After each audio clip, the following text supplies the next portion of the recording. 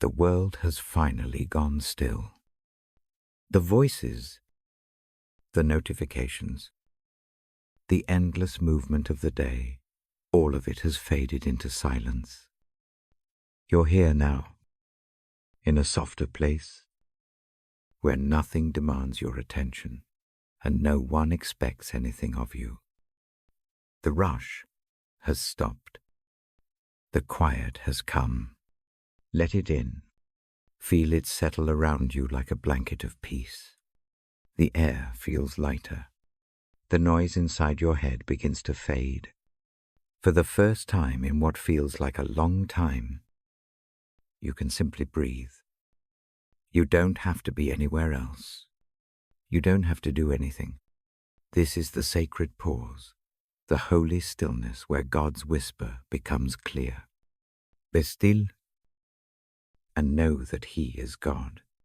Those words are more than a command. They are an invitation to rest from striving, to stop trying to control every moment, to simply let God be God.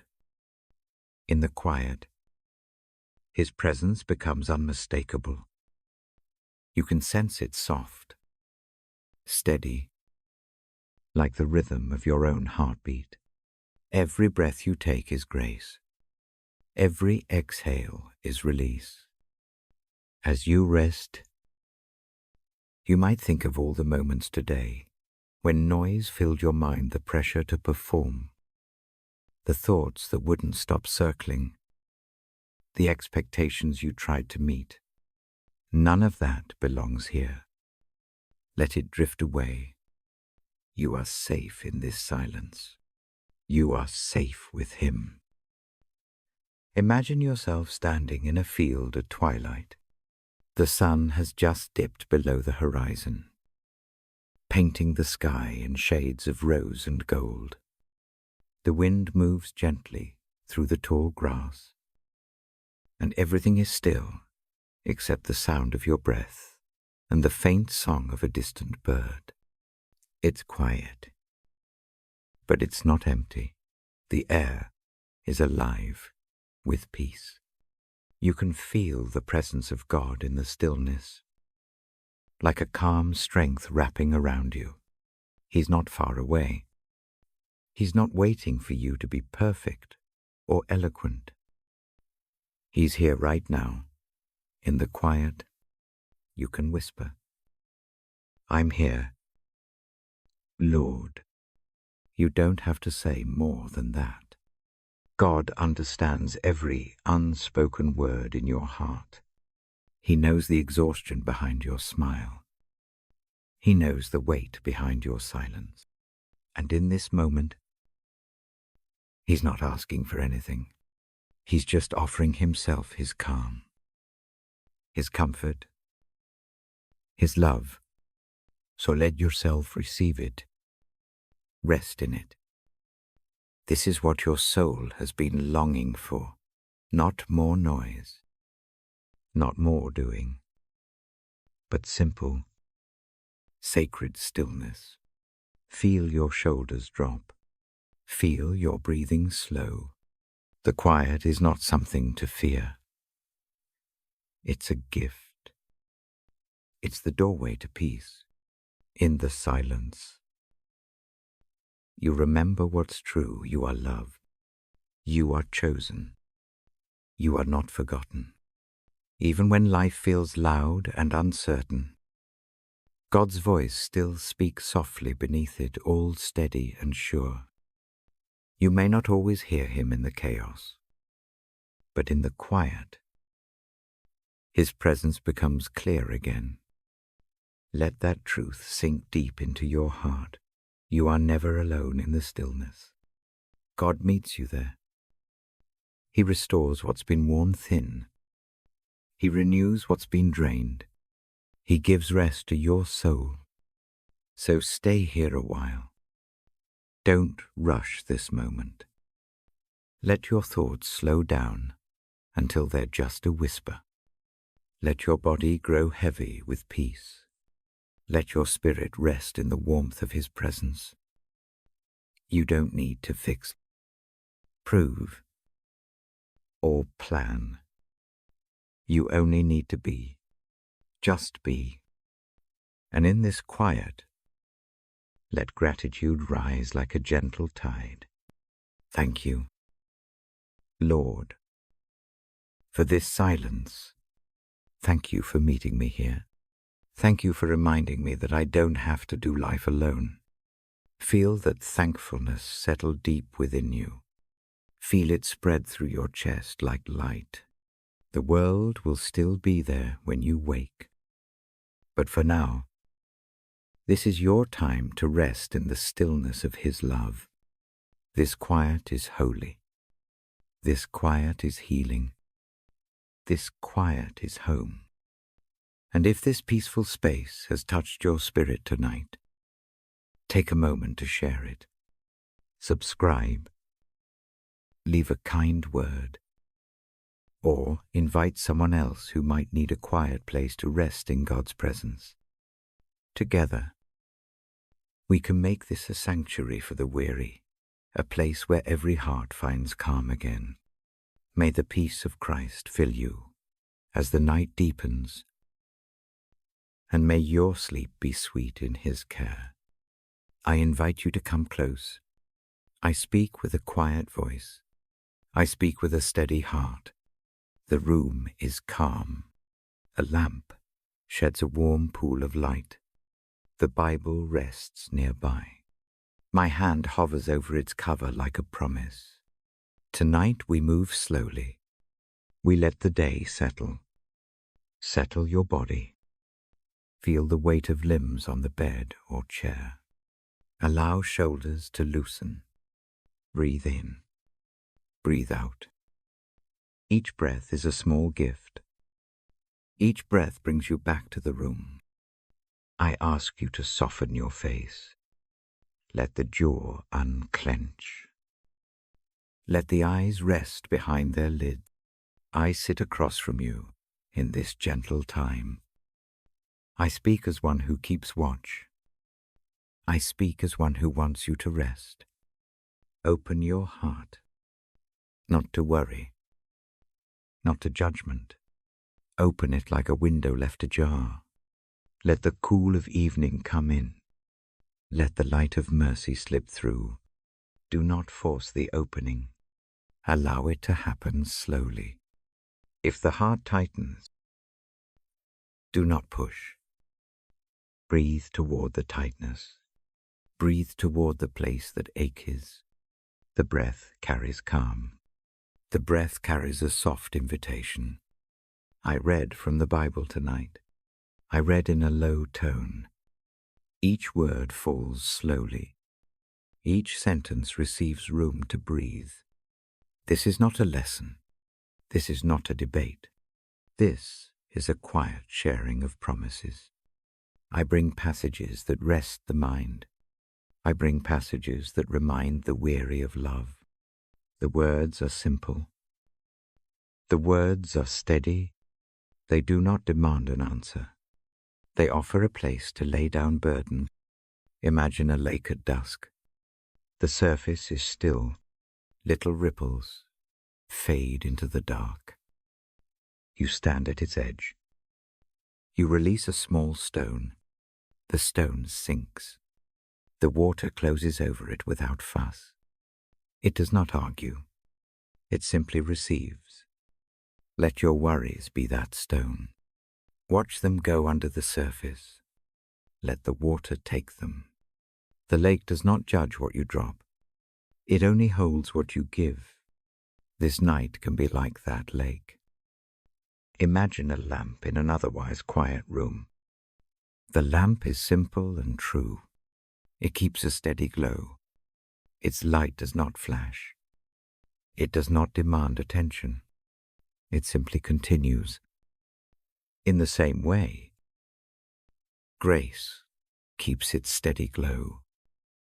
It is not loud. It is not frantic. It is present. Allow that presence to touch the edges of thought.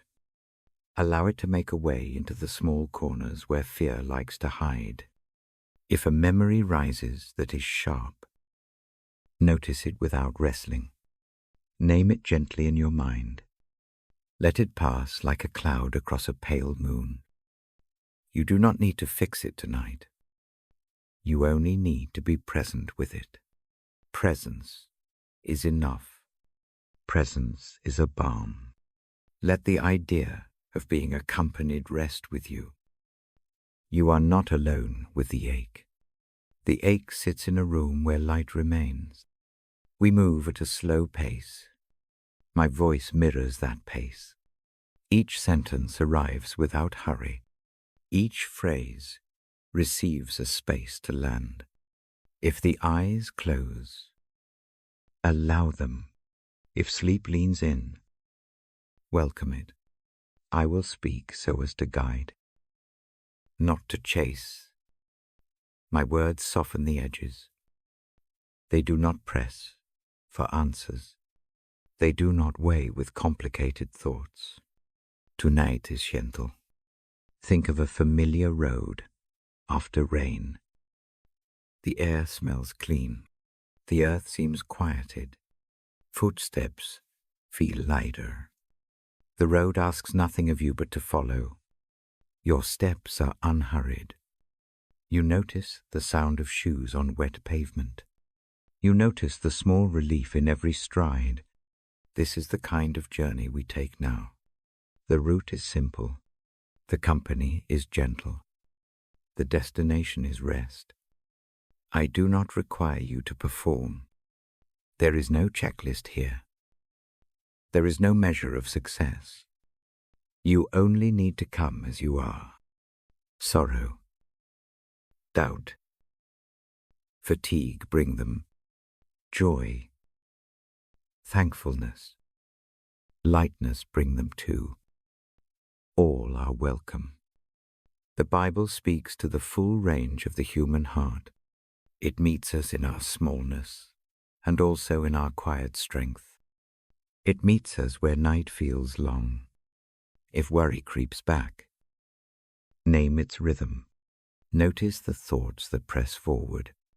Picture them as leaves on a slow stream. Watch them float. They move along the current. They do not stay. You need not hold them. Watch them go. This practice is not cleverness. It is a simple turning away from noise and toward rest. Mercy waits like a soft blanket. It is warm without being heavy. It covers without smothering. Mercy is not a solution to be solved. It is a presence that holds. In the small hush before sleep, mercy seems vast. It seems able to span the space between our frailty and a calm heart. Let that span hold you for a time. Hope rests on a small, steady rock. It does not glitter like a treasure. It stands firm, like a root in good soil. Hope does not ask for certainty. It asks for trust in the gentleness of the night and in the goodness that quietly keeps going. Here, hope does not shout. It whispers. Its whisper is enough to guide a weary mind. You may notice the body tightening when a thought becomes too big. Return to the breath. Breathe in for a count that feels natural. Breathe out longer. If possible, let the exhale carry a small release. On each exhale, imagine a burden sliding away. You do this not once, but slowly. Again and again. The repetition is a kind mercy. It teaches the body what the mind already wants to learn. I read aloud the Bible with a hand that moves slowly through pages. My fingers do not hurry. I do not skip. The text unfolds with room between lines. The voice that carries it is calm. It is not a performance. It is a care. Sometimes images rise from the passages. A shepherd tending sheep. a lamp by a bedside, a voice that calls in the night. These images are simple. They are meant to settle, not to stir debate. They bring a soft consolation. We do not chase answers about why hard things happen. Tonight we rest in assurance that mercy exists. We rest in the knowledge that care reaches the small places of a heart. There is a tenderness that notices the smallest trembling. There is a patience that waits without pressing. Let that tenderness be enough for this hour. If sleep comes before a passage ends, that is welcome. Sleep is not rude. It is a gentle taking of rest. Allow it. The reading continues in soft rhythm until you rest. The pages yield their words like a woven cloth, smooth and warm when you wake. The memory of a phrase may still sit like a soft stone in the palm. That is fine. It is part of the keeping. I invite you to place a hand on your chest. If it helps, feel the rise and fall. Feel the quiet steady there. Feel the small heat of life that persists. Let that heat remind you that you are held. Let it remind you that even now, when the world seems large and loud, there is a presence that listens. The Bible speaks to that presence. It speaks of kindness and steadiness and the care that does not abandon the small. There is no hurry to move through these moments. There is time. Time stretches like a slow ribbon. Take small sips of silence. Let the quiet seal the edges of thought. The night is not empty. It carries the soft music of assurance. When you are ready, close your eyes without strain. Let the lids fall like a curtain. Trust the darkness to be a gentle cloak. I stand with the Bible in hand. The lamp keeps its circular glow. The room breathes with us. I begin to read now. The words come slowly. Each one offers a small harbor. Each one carries this promise. You are not alone. The reading becomes an act of quiet care. Let it lead you toward rest. I turn the page with a slow thumb. The paper makes a soft sound. The lamp throws a steady pool of light. My breath keeps time with the quiet. I let the eyes rest on the words without rushing. Tonight I hold one small command from the Psalms. It asks for stillness. It asks that we know presence in the silence. I do not say it as a test. I hold it like a key. Be still. Let those words hang in the room without striving. Do not try to fix their weight with thought. Instead, let them sink into the space between breaths. Stillness is not empty. It is a room that receives. It is a harbor that takes the boat in and loosens the ropes. In this place, the heart does not have to prove itself. The day can dissolve its clamor. A single quiet will answer. I ask for a small experiment. Close the eyes if that feels safe. Keep the hands loose. Let the shoulders drop. Pay attention to the beat beneath the breastbone. Notice how steady it keeps on. It is a small, faithful rhythm. Follow it. Let each beat mark a gentle anchor in the stillness that comes. There is a kind of recognition. It is the recognition that life continues in soft, breathing ways. Listen to the room. Hear the hum of the building. Hear the distant car. Hear the faint rustle of fabric. Allow these sounds to be part of the stillness. They are not intruders. They are the edges of the quiet. Even the smallest noise can be a reminder that the world rests too. The sky outside does not argue. It simply darkens. The trees do not hurry. They fold their leaves. This is the tone of the night. I speak the idea slowly. Stillness brings knowing. Knowing is not a sudden solving. It is a soft resting into truth. The truth is simple. There is a presence that is near. There is an attention that notices the small places of the heart. No performance is required. No list of merits needs to be presented. The knowing rests like a warm hand on a cool forehead. It is steady and calm. Imagine a small room with an open window. Cool air slips in. The curtains move without insistence. A single candle burns on the table.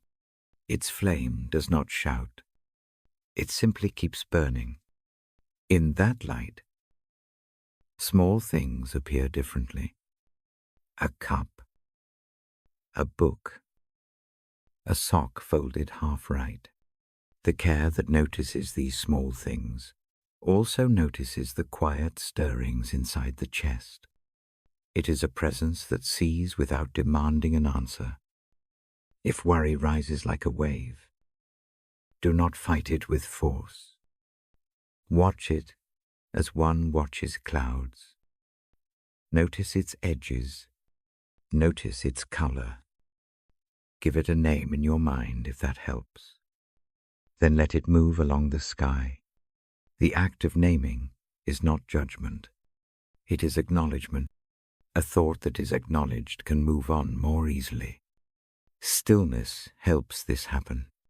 In stillness, thoughts have room to unfold and then to pass. My voice slows. Each syllable is measured. The breathing becomes a small companion. Breathe in through the nose. Hold for a quiet moment. Breathe out gently. On the out-breath, imagine something slipping away. Perhaps it is a tightness around the throat. Perhaps it is a list of unfinished tasks. Let the exhale carry it. Repeat this a few times. The repetition is a small ritual. Rituals teach the body what the mind seeks to remember. Picture a lake at dusk. The surface is calm. Trees mirror themselves in the water. When a breeze comes, it only touches the surface. Ripples form and then die. The lake does not panic. It receives the breeze and settles. In this same way, the heart can receive disturbance and return to calm. The stillness at the center of things is patient. It waits. It is not surprised by noise. It simply returns to its steady depth. There is mercy in the quiet. Mercy is not loud. It does not proclaim. It comes like an evening breeze that cools a fevered brow. It does not demand reparation. It extends a gentle hand without conditions. To rest in mercy is to be allowed to be intact and imperfect at once.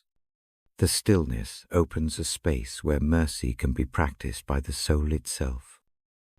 In that space, blame loosens its grip.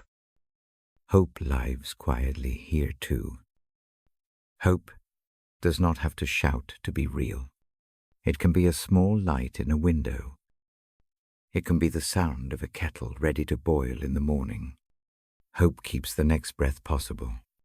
It helps the mind to imagine a gentle tomorrow. To be still is to let hope take root in the small things. It does not ask for certainty. It asks only for a willingness to notice the next small warmth. Do not rush the feeling of not knowing. Ambiguity sits naturally in the dark. The room does not demand clarity. The lamp does not need to name everything in sight. It simply illuminates what it can. In the same way, faith can live with small, incomplete questions. Stillness helps hold them kindly. It keeps them from growing sharp. If a memory presses at the throat, give it a soft place to land. Imagine placing it on a table. Look at it for a moment, then fold a cloth over it. The memory is still present, but its edges are softened. The rest does not erase what has been. It receives it with gentleness. This is an act of care. It is not neglect. I pause and let silence fill the spaces. The lamp pools light across the pages. The Bible rests open. The phrase about being still lies like a stone on the shore. Stones do not demand. They offer steady presence. The words call for a pause. They ask that hands stop their busy motion for a while. They ask for the heart to be quiet enough to listen. Listening is soft work. It is not a skill of force. It grows when the body relaxes. It grows when the breath lengthens. When the ears open, small truths arrive that were muffled by noise. Perhaps it is the memory of a kindly act. Perhaps it is a fresh sense of being sheltered. Perhaps it is nothing at all, which is all right. Not every visit yields a revelation. Even silence that seems empty is cultivating peace. The posture of stillness need not be dramatic. It can be as simple as lying back and letting a hand rest on the belly. Feel the rise and fall below the ribs. Each movement is a quiet promise. Each moment of breath is a small meeting between body and soul. The Bible has many images that point to rest. They are not elaborate. They are plain and full of care. I fold my hands over the text. I do this slowly. The gesture is a small seal. It marks a moment of pause without closure. The presence that the psalm implies is not distant. It is near enough to notice the softness of a sigh. It is near enough to understand the language of a tired heart. In the stillness, that presence speaks without words. It speaks by being. It is in the room with us, steady and attentive. If sleep arrives, that is welcome. Sleep is a kind of surrender to rest. It follows the same invitation. To sleep is to accept the harbor for a while. If wakefulness remains, let it be companionable. Watch the breath. Watch the lamp. Watch the small shapes in the dark. They will offer their own quiet lessons. When the time comes to move on, do so slowly. Let the body tell its own pace. Keep the memory of the stillness like a small stone in the pocket. Reach for it in the morning if needed. The practice of being still is not an event, but a gathering of small moments. Each moment collects into a broader calm. I let the book rest. The lamp keeps its hum. The room breathes with a soft, even sound. The command to be still lingers like a gentle bell. I will read on when the hour allows. For now, let the silence grow. Let it hold the space between heartbeats. Trust the night to do its quiet work. I sit with the Bible open and the room softened by quiet. I place my palm on the page like a promise. The night keeps its steady hush. I speak with a voice that does not hurry. Tonight I hold a simple thought. God is present everywhere. This is not an idea to puzzle over. It is a soft fact to rest upon. Imagine a single thread woven through a wide cloth. The thread runs under stitches, over edges, Through the pattern, it is always there. Even when hidden, I picture God like that thread. The presence we long for moves under the moments of the day. It holds the cloth together, even when eyes cannot see the connecting line. The fabric remains whole. Notice the small things that show presence. A warm cup left on a table, the kettle that sighs and stops, the way your own hand finds the place it belongs on the blanket. Presence is not dramatic. It arrives in quiet ways. It shows up as a careful attention to small needs. The room and the Bible and the lamp share that attention with us now. Breathe with me. I invite a slow, gentle inhale. Count inside the mind to 3. Hold the breath for a soft beat. Release long, and even to the count of 5. Let the exhale be a small lowering of tension. Repeat this pattern a few times. Each breath goes deeper into the body. Each breath gathers the scattered edges of thought into one calm rhythm. As we breathe, imagine the breath as a messenger. It travels from the lips to the lungs and back again. It travels beyond the chest into the quiet corners of the room. If it helps, place a hand over the heart. Feel the meeting of skin and warmth. That touch anchors the sense of being known. The presence that is near meets the breath there. Silent reassurance lives in those places where hands and breath touch. Silence does not mean absence. Silence often means that something greater is listening. In that listening, there is a tenderness that does not need to speak loudly to be sure. Feel the quiet as a kind attention. Let it be a harbor rather than an empty space. Resting in this silence, notice a small easing. Shoulders loosen. The jaw unclenches. The head finds its pillow. Literal or imagined. I turn now to a passage I have kept for nights like this. I do not speak the words as an argument. I offer them as a shelter. The passage invites the tired to come and to find rest. It does not shame the weary. It asks for a simple reception of help. To come is to allow ease to enter. To rest is to let another steadiness carry what is too heavy. The image of a yoke can be hard at first. Think of a yoke not as a straight demand, but as a joining of hands. Picture 2 people walking side by side with a gentle strap across their shoulders. One leads with tenderness. The other follows without strain. Together, they carry what would be awkward, alone. This kind of yoke is companionship. It is a shared burden that becomes lighter because it has 2 shoulders to bear it. The offer is not for more work, disguised as rest. It is an offer to trade rigid independence for a quiet partnership. Imagine a child learning to walk while holding a steady hand. The child does not stop learning. The steps become safer. The falls lessen. The teacher is never distant.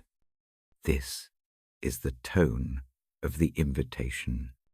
It is gentle teaching, a patient guidance that knows the pace of small feet. I tell this as one who reads and listens. I have felt the weight of long days. I have known the insistence of tasks that seem urgent. The invitation to rest is a relief that does not require proof of worthiness. It simply asks to be received. To rest here is to allow an exchange, give the heavy, accept the light. The lightness that follows is not a trivial thing. It is a rearrangement of care. Let the breath accompany this thought. breathe in slowly. On the in-breath, imagine placing a small burden into your hands.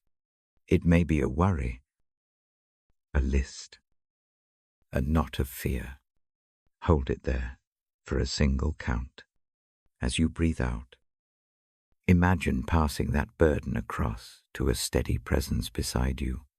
Feel the weight shift. Notice the shoulders release. Let your exhale be a handing over and a softening. Learning from a gentle teacher is not a quick fix. It is a slow soaking of patience. Picture a river that shapes a stone by quiet persistence. The stone does not complain. It does not argue or team. The edges lose their sharpness. The river's work is steady and persistent. So too, the teaching that guides without pressure reshapes how we carry things. It offers new rhythms to the hands and heart. There is mercy in this exchange. Mercy is not an abstract balm. It operates in the small practices of allowance. It is the permission to be tired without being judged. It is the space to be imperfect and to be loved nonetheless. In the hush of the room, mercy feels like a soft hand smoothing the hair from a brow. It is both so simple and so profound. Hope grows out of this mercy. It is not a loud promise of certainty. It is the quiet sense that there will be a next moment where care continues. Hope here may look like a candle left in a window. It does not banish the dark, but it offers a point of orientation in the night. The candle's light says, there is company. That company is enough to make sleep feel safer. I invite a slower cycle of breath now. Inhale for the count of 4. Hold for 1 soft beat. Exhale for the count of 6. Let the exhale draw out like a ribbon. Repeat this pattern slowly 3 more times. On each out-breath, imagine the yoke settling gently across both shoulders. An even balance. Let the body taste the relief of shared weight. Notice how the silence changes as you breathe. It becomes not empty, but attentive. The breath and the quiet begin to form a rhythm like a lullaby. This is the small music of rest. It does not need a chorus. It needs only a steady line and a willing ear. Allow that music to move through the chest and into the limbs. Let it unwind tension like a cord uncoiling. If memories come that tug at the heart, bring them into the light of this presence rather than pushing them away. Look at them with the soft curiosity you would afford a small child. Ask, without words, for them to be received. Often a memory calmed by attention loses its sting. The presence that listens takes even sharp recollections into a kind steadiness. I sit with you in this moment, and I do not require you to change quickly. The rest on offer is gradual. It is like a slow tide that comes in and smooths the shore. Each wave eases a little more of the sand back into calm. There is time for the waves to work. The pace is gentle and patient. When the room grows even quieter and eyelids feel heavy, let sleep come without hurry. If wakefulness remains, let it be gentle company. Keep returning to the breath. Use the slow pattern when the mind presses. If a thought insists, hand it across to that steady presence. Like passing a lantern from one palm to another, trust that the lantern will be held. I close the book often with a hand that lingers. The lamp keeps its warm glow nearby. The idea of being invited to rest echoes softly in the room. In this echo, the omnipresence I spoke of becomes not a distant truth, but a near and tender fact. It is here with the breath, the hand on the chest, the quiet room. Let that presence be the place where burdens shift and sleep can find you. When you are ready, let your breathing return to its natural song. Let the last exhale be a small surrender and a small gathering. The rest that comes from being known is slow and sure. I stay a little longer in the hush. I will read the passage itself in the next part. For now, hold the image of the yoke as partnership and the breath as a shared rhythm. Let them accompany you into the night. I sit with the Bible open in my lap. The lamp keeps a soft circle of light. My voice stays low. Tonight I want to guide a simple act. It is an act of handing over. It is the quiet receiving of a promise that asks nothing of performance and everything of trust. There is an invitation that I carry gently. It is not a list of rules. It is a doorway left open in the evening. The invitation reaches toward the weary. It asks for heavy hands to come close. It offers a different way for carrying weight. The posture it teaches is not stubborn independence. It is a leaning into care. Feel the weight where it sits. Maybe it rests at the shoulders. Maybe it hangs like a heavy bag by the side. Maybe it presses at the chest as a tightness that will not let the breath settle. Name it inside, quietly. Give it a small, calm label. A name makes a thing possible to move. I invite a small exercise. Breathe in slowly. Let the air travel down to the belly. Hold for a soft count. Breathe out and let some tightness fall away. Repeat this a few times. Each breath is a small clearing. Each exhale loosens a little knot. The breath becomes the hand that guides the movement of letting go. Picture a small bench in a simple room. I place this bench just a few steps from where I sit. The bench is steady. Its surface is broad and kindly. Bring the imagined burden with you. Walk the short distance. The steps are slow and careful. Do not hurry. Lay the weight on the bench. Notice the sound it makes as it lands. Feel a shift in the shoulders when the weight rests on wood instead of bone. Now imagine a presence beside the bench. It is not distant. It comes quietly, with hands that know how to receive. There is no hurry in those hands. They do not pry the burdens open. They take the load as it lies. With a tenderness that surprises, watch as the burden lifts from the bench and is held in a steady, gentle grip. Feel the space left behind on the seat. Notice how the spine finds a little more ease. A small warmth flows down the arms and into the chest. Call that warmth what it is for you, mercy. Relief. Grace. The name matters less than the felt shift. Grace moves like a soft cloth being laid over a weary place. It does not press. It covers. It protects. It is a practical kindness that meets a real ache. Try a different image if the bench does not fit. Imagine placing the trouble on a table. Picture handing over a wrapped parcel. Picture opening a palm and letting a bird alight there. The bird is lighter than expected. It brings a flutter and then a rest. The act of offering changes how the body carries itself.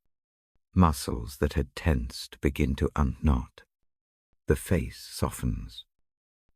The jaw loosens. This is not magic. It is an invitation. It asks for a willing hand. A small gesture of surrender. It asks for an image to hold, while the heart practices letting go. The practice is quietly powerful. Repetition helps more than force. A few breaths and a gentle handing over build a new pattern in the body. There is no demand to solve every worry at once. Start small. Hand over one thing. Maybe it is a single name on a list of responsibilities. Maybe it is a single fear about tomorrow. Give only that. Notice the relief that comes from a small exchange. Let it be enough for this moment. Imagine the change as an exchange of materials. The heavy thing becomes something light. The stone turns into a feather. The knot becomes a ribbon. Not because the trouble vanishes, but because help takes the weight of it. A lightness settles into the limbs. The chest breathes a little more fully. The mind allows a quiet space to appear. I keep my tone steady as I speak these images. The room remains calm. The Bible lies open beside my hand. I do not press theological proof. I offer a steady fact. There is a presence that invites the weary to come, to exchange burdens for gentleness. The promise is not a demand. It is a handing over without accusation. Practice the act of giving in a few ways. Speak the name of the worry in the mind. Place its shape into the imagined hand beside the bench. Fold it. If it helps, like a small cloth, lay it down. Pause. Let a breath move through the body. Notice what changes, even minimally. Repeat with another small thing if that feels right. If the mind protests, if it says that surrender makes one vulnerable, listen to that voice. Acknowledge it without wrestling. Let it have a seat in the room. Then return to the chair and to the act. Surrender, in this context, is not abandonment. It is a deliberate choice to receive help. It is a transfer from brittle carrying to shared bearing. There is a tenderness in how help meets shame and fear. It accepts the heavy parts without argument. The acceptance itself diminishes their power. When the burden meets the hand that will take it, it loses its sharpness. It becomes a thing that can be set down and looked at without being crushed by urgency. Imagine the heaviness leaving the body in a particular way. Picture it moving out the shoulders, down the arms, and away through the fingertips. Watch it travel like a slow, dark thread, unspooling and then unraveling into light as it reaches the hand that receives. The body follows the image. Muscles that held tightness let go. The neck softens. The face rests. Grace sometimes feels like a cool rain on a fevered brow. Sometimes it feels like the steady hum of a machine doing careful work in the background. Sometimes it is the silence, when a noisy thought ceases insistence. These ways of feeling are all true enough. They are ways the heart and body know that help is near. Hold the sense of being accompanied. Now, there is no shame in having needed help. This presence does not tally failures. It keeps track only of the next small step toward rest. The counting is not of accomplishments, but of breaths and little releases. Each small act of handing over is a gentle strengthening of trust. I invite one more breath pattern. Breathe in slowly for a count that feels natural. Hold for a soft heartbeat. Breathe out longer. imagining the weight moving across the room and settling into waiting hands. On the out-breath, feel the shoulders drop a fraction. Repeat this 3 times. Let each repetition be kinder than the last. Notice what hope does in that space. It does not promise instant clarity. It offers the simple assurance that care continues. Even a faint sense of being held is enough to let the eyelids grow heavy. Hope is not a loud trumpet. It is a gentle companion that keeps the next breath possible. I remain with the image a few moments longer. The bench and the steady hands hold what was given. The room keeps its hush. The lamp keeps its glow. The Bible sits as a quiet witness to the promise being received. There is a calm in the arrangement that did not exist only moments before. If sleep leans in, welcome it. Sleep is a continuation of the handing over. It is the body's acceptance of the rest that was offered if wakefulness remains. Keep returning to the simple act of naming one small thing and placing it where it will be cared for. The practice builds a gentle rhythm in the body. I will read the passage aloud in the next part. I will read it slowly, with room between lines, so that the ear may catch the cadence of the invitation. For now, hold the image of the bench and the kind hands. Let the feeling of lightness settle where it can. Let it be a small harbor in the night. I rest my hand on the open page and linger. The lamp hums softly. The breath moves steady and calm. The exchange has been made in the quiet. The room keeps watch when the reading begins. Let the words meet the place where weight has been given, and rest may fully come. I read the Bible each night before you close your eyes. The pages are thin under my thumb. The words come slowly. The room wears a hush, like a soft cloak. In that hush, I learned a lesson that still sits like a quiet stone in my palm. Years back, a season of uncertainty finds me. A steady job ends without warning. The steady paycheck stops. The calendar seems to fold in on itself. Bills arrive like small knocks at the door. Sleep becomes shallow. The mind rehearses worst-case scenes. Food is simple. The days blur. I carry the worry in the shoulders. It lives under the ribs. The world around me does not stop. Leaves fall on schedule. Neighbors water their plants. The sun still moves across the roof. Yet inside the chest, the clock ticks a different way. Every small sound becomes a question. Every silence feels like an answer withheld. Some nights, I sit with the Bible open. The lamp by the chair makes a pool of gentle light. I read in a voice that seeks calm. The passages are not solutions on paper. They are a hand offered in evening. The reading gives shape to a simple discipline. It asks for trust as a posture more than an argument.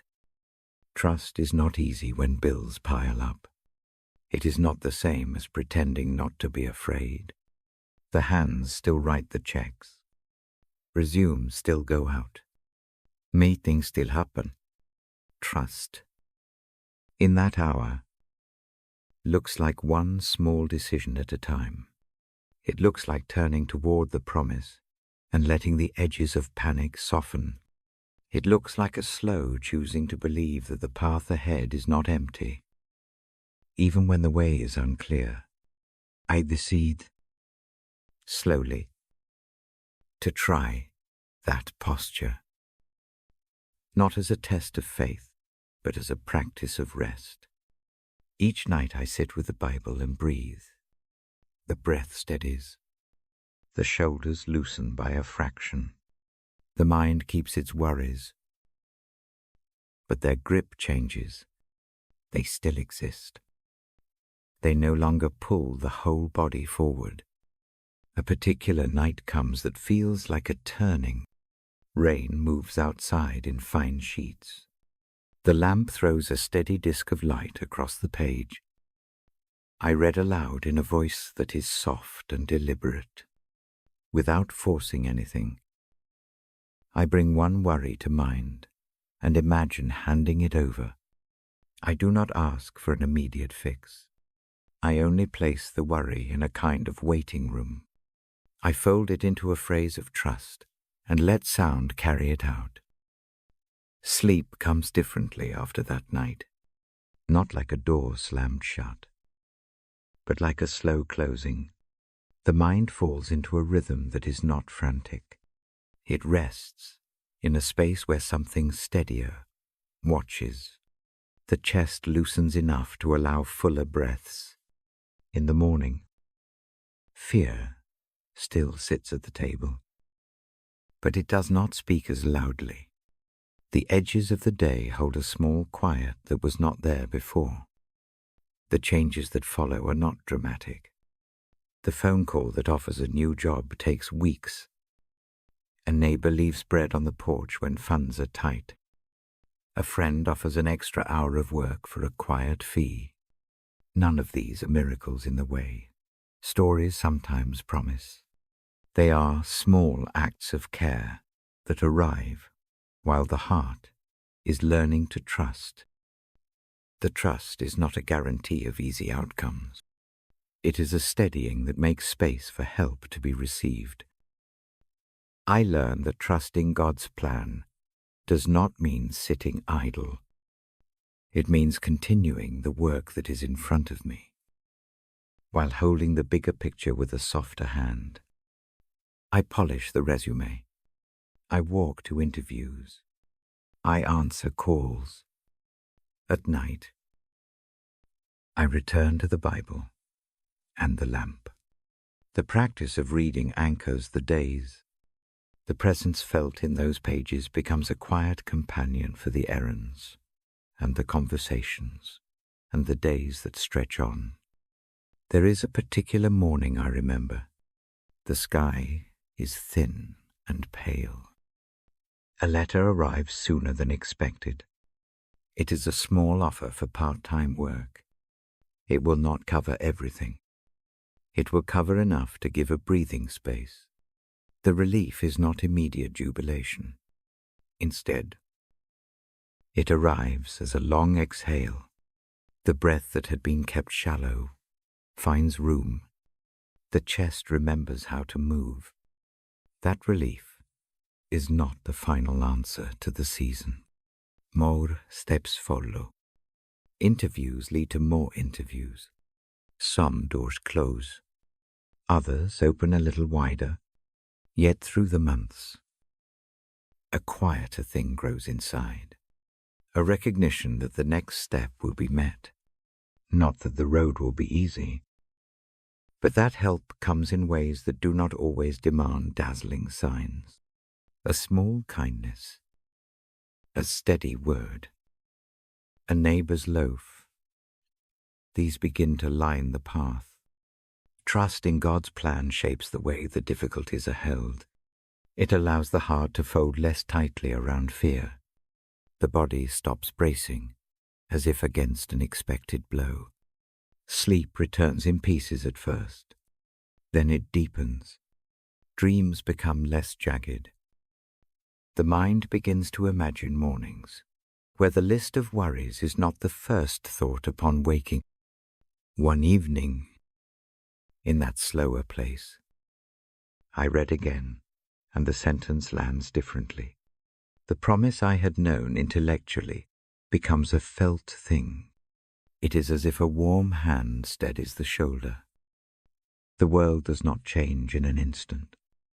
The accounts still require tending, but the inner weather shifts.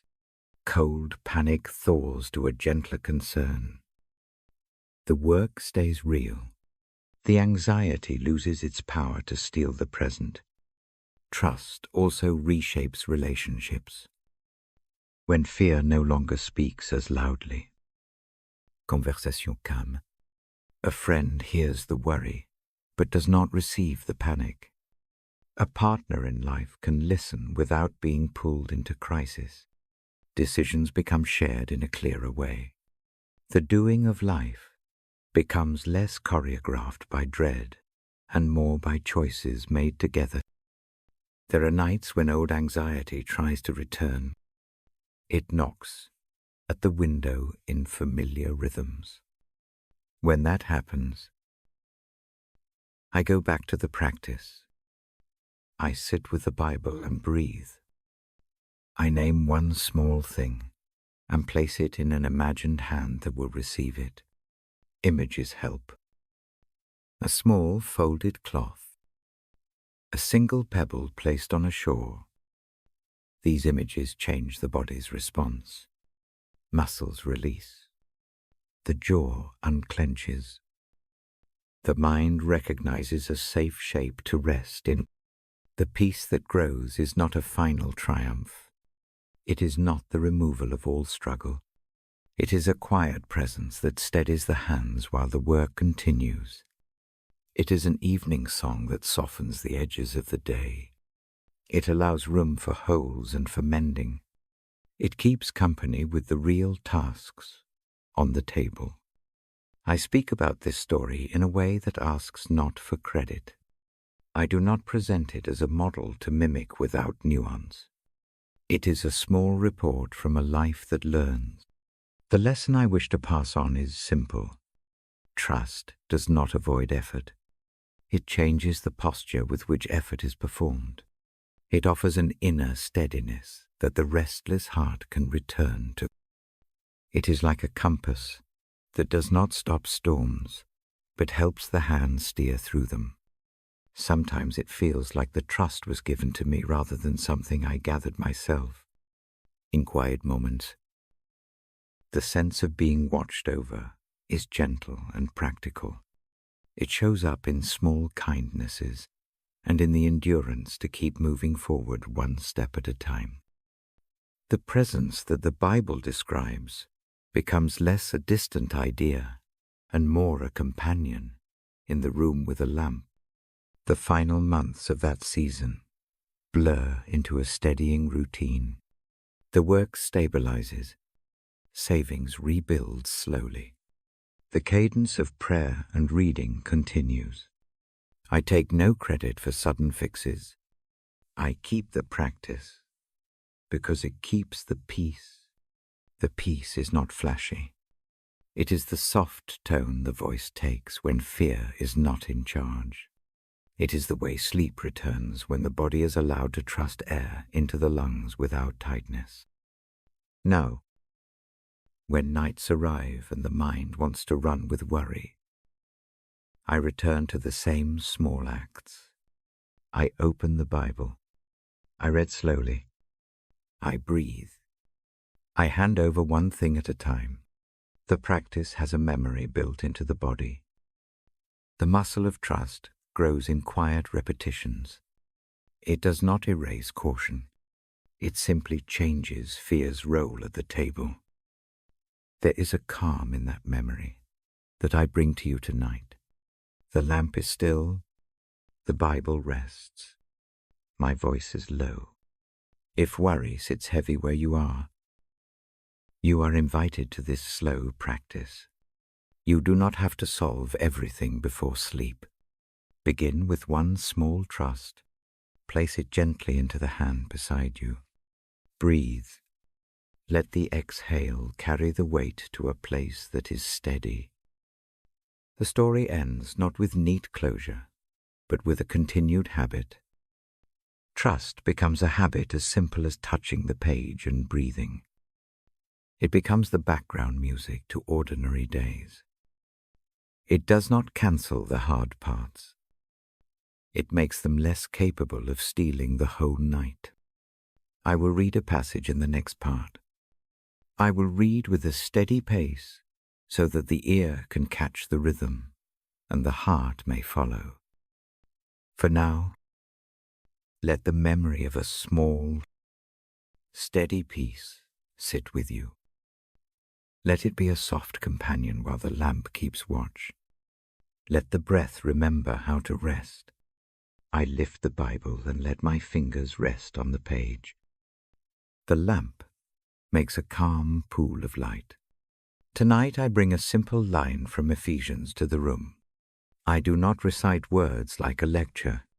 I speak them like a friend who bends close to pass along a quiet truth. Be kind to one another. Be tender in heart. Forgive as Christ forgave. Those words are not heavy commands tonight. They are an invitation to let go. They are a gentle map for a small, freeing act. Take a breath with me. Inhale slowly. Hold for a soft count. Exhale long. Let the body follow the breath. The breath is an honest guide. It tells where tension lives. It tells where a wound hides its weight. Notice where hurt sits inside. Maybe it is a tight knot at the throat. Maybe it is a dull pressure across the chest. Maybe the legs feel restless. Give that place a name in your mind. A single word will do. Sometimes naming eases the edge of a thing. It makes the heavy part something you can look at. Now picture a river that moves through a tranquil valley. The water carries small leaves and the scent of earth.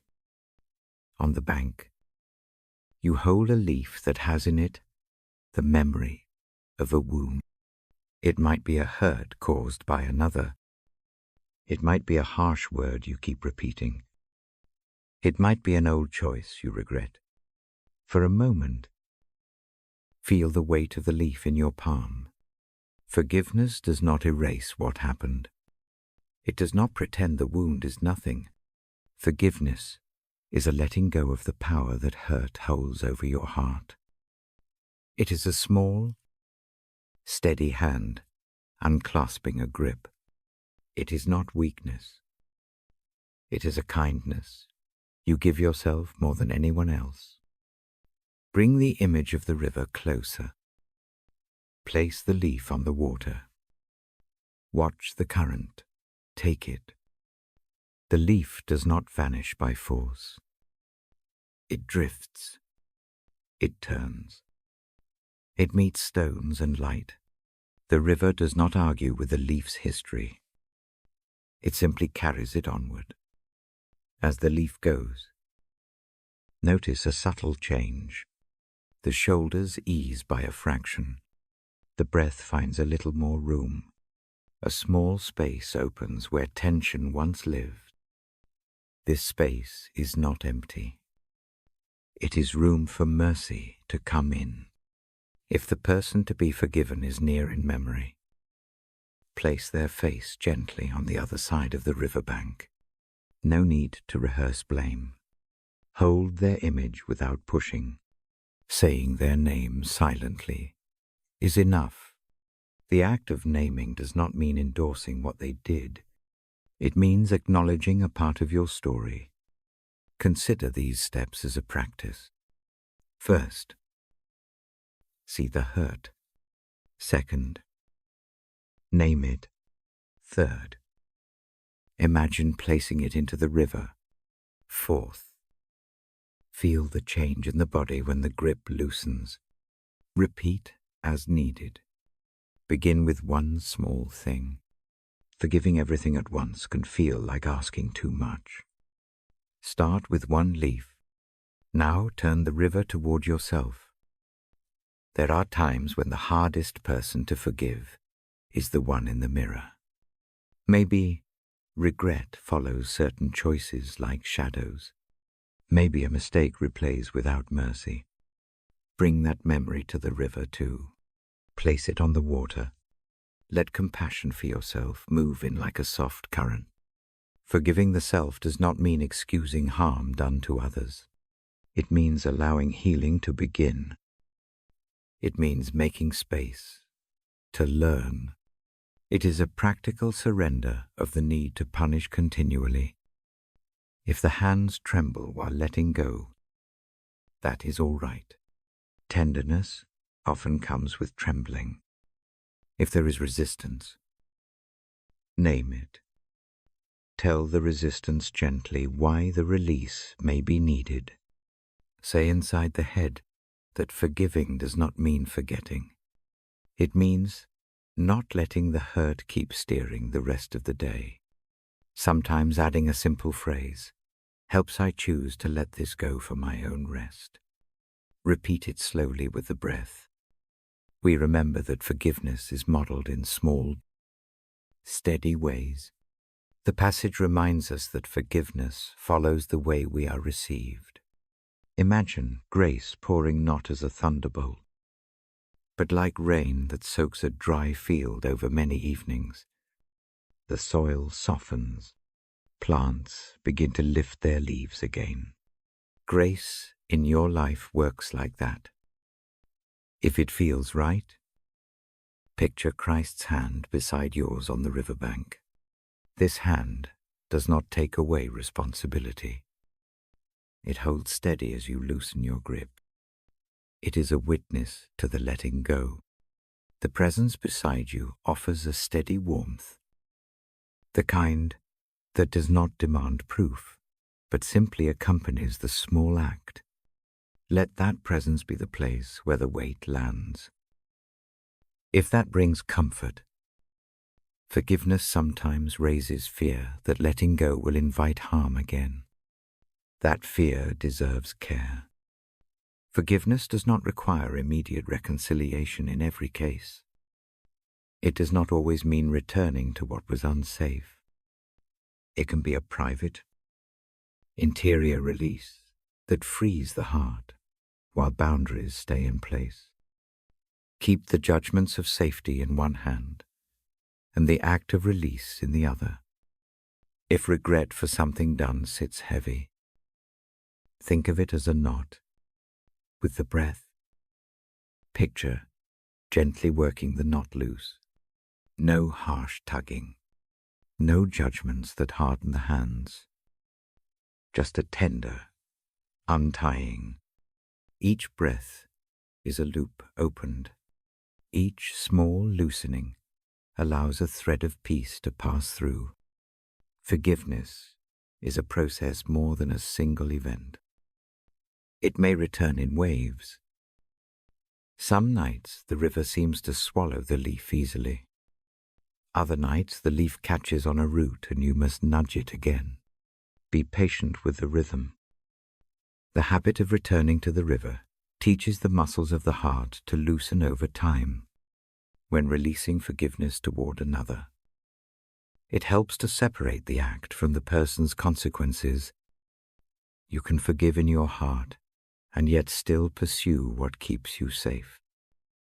Imagine two paths beside the river. One path holds the letting go within. The other carries measures that protect what needs protection. Both can be true at once. Now listen. Notice the gentle change in the room as this practice unfolds. The lamp seems softer. The breath slows. The body allows a small lengthening. The mind registers relief like a small bell. This relief is not an erasing of memory. It is a return of energy that was once tied up in the hurt. Offer a small prayer, not because words must fix anything, but because they mark an intention. Say Giedli, if it helps, that you want to be freed from the way hurt binds. Ask for help to remember that release is possible. Let the request be simple and without drama. If forgiving yourself is particularly hard, try a written practice. Write one sentence that names the act. Write one sentence that names regret. Then write one sentence that names one small step toward change. Put the paper by the lamp and let it rest. The act of writing moves the matter from thought to shape. Shaping makes movement easier. Remember that forgiveness often brings back a lightness that had been missing. It does not mean forgetting lessons learned. It means stopping the replay of harm. The mind that once looped a painful scene gets new space for small joys. A cup of tea tastes fuller. A bed feels more like rest. Sleep becomes softer. If anger surfaces, welcome it without letting it dictate the moment. Anger can be a guide. Notice where the anger lives. Use the breath to move its edges. Let the river take some of the heat away. Anger that is seen and cared for loses its sharpness faster. We are not aiming for perfection. The work of forgiveness is humble in scope. It asks for small changes, a loosened grip, one leaf on the river, a softer breath. These small changes gather into a different posture towards days. They do not fix every wound at once, but they free enough energy for tenderness to grow again. Stay with the quiet a few moments. Feel the breath. Watch the river in the mind. Notice the place where the chest yields a degree of ease. Let that ease be an offering to the night. Let it be a gift to the self that has carried much. When sleep draws near, allow it to come as part of the release. Sleep will continue the river's work in its slow hours. If wakefulness remains, return to the practice. Name one small thing to forgive and trace it to the water. Repeat the steps. Keep them simple. Keep them kind. I close the book lightly and rest my hand upon it. The lamp keeps a patient glow. Forgiveness is not a box to be ticked. It is a gentle habit formed by return. Tonight's practice asks for just one small letting go. Let the room carry it for you as you breathe. Let the presence beside you hold it until the morning light. When the reading resumes in the next part, I will speak slowly again. I will give room for the words to settle. For now, keep the river in your mind and the small image of freedom there. Let it shape the slow closing of the night. I turn the pages slowly. The lamp spills a quiet circle of light. The Bible rests warm in my hands. My voice is low. I read not to teach, but to hold a calm for the night. Tonight, I think of grace. I say the word softly. It is easy to feel like grace is rare. Like a coin found once and then kept, the passage we carry says otherwise. It says, grace is not a single coin but a river. It says, from his fullness we have all received grace upon grace. The phrase sits like a lantern in the dark. It makes a simple claim there is more than enough. Picture a blanket. It is large and soft. It is folded on a chair. I imagine lifting it and letting it fall across shoulders. The cloth is warm. It shapes itself to the body. It does not ask for merit. It only covers. Let that image move slowly into the room in your mind. The blanket is not thin. It is layered. Each fold is a gift. Each fold edges out a margin of rest. Grace is like that blanket. It comes without audit. It comes without demand. It slips over the places that ache. It settles where the night feels too long. Imagine the shoulders easing under its weight. Imagine the breath finding a little more room. Allow the picture to last as long as it wants. I lower my voice and draw the air in with you. Breathe in if that feels safe. Let the in-breath be a small receiving. picture grace as the air you draw. The chest opens just enough. Hold for a gentle moment. Breathe out slowly. Let the outbreath be a quiet acceptance. Do this again. Receive. Accept. The rhythm becomes a soft hymn without words. Grace often arrives in small ways. A neighbor's quiet kindness. A friend who remembers. A loaf left at a door. A glance that says, I see you. These are not grand gestures. They are small stitches that hold a day together. Imagine each small kindness as a thread. The threads gather into a cloth. That cloth becomes a covering. It is both human and divine. It is practical, tender, near. Think of a tide that keeps coming, not a storm surge that demands attention. A steady tide that returns day after day. It laps at a shore and then pulls back. The shoreline does not resist. Over time, the shore changes softly. The tide does not brag. It simply continues. Grace works the same way. It is continual. It is abundant because it does not tire. Hold a memory that feels heavy. I do not ask you to examine it at length. Place it in the palm of imagination like a small stone. Now picture the tide coming in. Let the water take the stone gently. It does not erase the stone's shape in memory. The stone has been part of the shore, but the water moves it into a new position. The mind that once clenched the memory can relax a little. Grace is not a sudden replacement of hard things. It is a steady companion that changes how the hard things are carried. It meets the tightness in the chest and gives permission for the muscles to unbrace. It sits in the room like a quiet presence, watching without hurry. This watching is kind. It does not tally mistakes. It only keeps company. Imagine light falling across the page. The lamp does not glare. The light simply reaches. It finds small spots of dust and turns them into floating beads. In the same way, grace notices the small edges of life. It touches the ordinary. A slow hand reaches to smooth a ruffled collar. A voice leans close to speak, a single word that matters.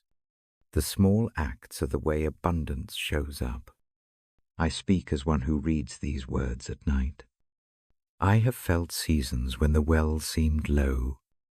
I know the fear that measures what is left. In those seasons, grace felt like a slow replenishing, not a wellspring blasted from the earth. A gentle filling that met my cup again and again. First a sip, then another. The rhythm of receiving changed how the day could be moved through. Do not think that abundance means a lack of sorrow. The two can sit together. A room can be dim and yet have a lamp that gives enough light to walk by. Pain and grace are not opposites in a cup. They can live side by side. Grace holds the pain without minimizing it. It does not rush the morning. It simply will not allow the sorrow to be all there is. Try an image of clothing worn by a friend, a jacket left behind at a bench. You pick it up and slip it on. For a moment you feel their warmth. You remember the comfort of a presence that cared for you. Grace is similar. It can be taken on like a garment. The wearing does not pretend the cold away. It gives a buffer against it. That buffer is enough to let sleep come. If the mind grows busy, return to the breath. Let the inhalation be a soft receiving of grace. Let the exhale be a spreading of that same grace through the body. Imagine it moving into tight shoulders, through the jaw, down the hands, into the legs. Each exhale carries a tiny easing. Repeat this pattern. The breath becomes a shuttle. It weaves grace into the fabric of the night. Picture a house at evening. The windows glow one by one. Each lit room holds its own small life. The house is not a glare of many sermons. It is the warmth of kitchens and chairs, of cups cooling on saucers. Grace is like that evening illumination. It is not an argument. It is presence that comports itself in modest, real ways. It warms a corner. It keeps watch. Grace is also patient. It comes in its time. It sometimes waits until a heart is ready to receive. But it does not leave. It is like a steady light under a slow cloud. The cloud can seem to block it. Still, the light continues. It is only a matter of time before the cloud thins, and the light is noticed again. I keep my hand on the page while I speak. The book is a quiet witness. The words within it point to this continual giving grace upon grace. I do not offer complex theology. I offer a simple assurance. There is an ample mercy. There is an ever-present kindness. These things meet the tired with practical tenderness. If resistance rises, name it softly. A thought might say you are undeserving. Hear it, then return to the image of the blanket. Worthiness is not the condition for the covering. The covering comes. Let that be a strange relief. Let the mind rest with the dissonance.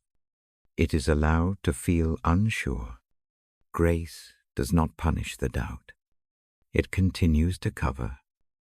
When sleep feels near, imagine yourself lying under the large blanket.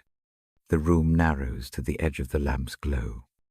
The world outside goes on with its small motions. Inside there is a space, quiet and steady. The breath deepens. The mind has room to let go of testing and proving. Let the grace that is described be the hand that loosens the grip left in the day. There are moments when grace shows as a reluctance to let go. A neighbor sits with you. A friend holds the phone. A child reaches a hand for a quick squeeze. These moments are small, but they are the same abundance in tangible form. Grace is not only a theological word, it is living kindness that finds a way to be real. I will sit with this silence a while. The lamp keeps its pool. The Bible rests open. Let the senses come back to a slow rhythm. Hear the soft hum of the house. Feel the weight of blankets. Notice the skin of the face against the pillow. The presence that gives grace is not loud. It is present. It is enough. When the next part comes, I will read the phrase slowly. I will let the cadence shape the ear. I will speak the image plainly, so the room may receive it. For now, hold the feeling of being wrapped.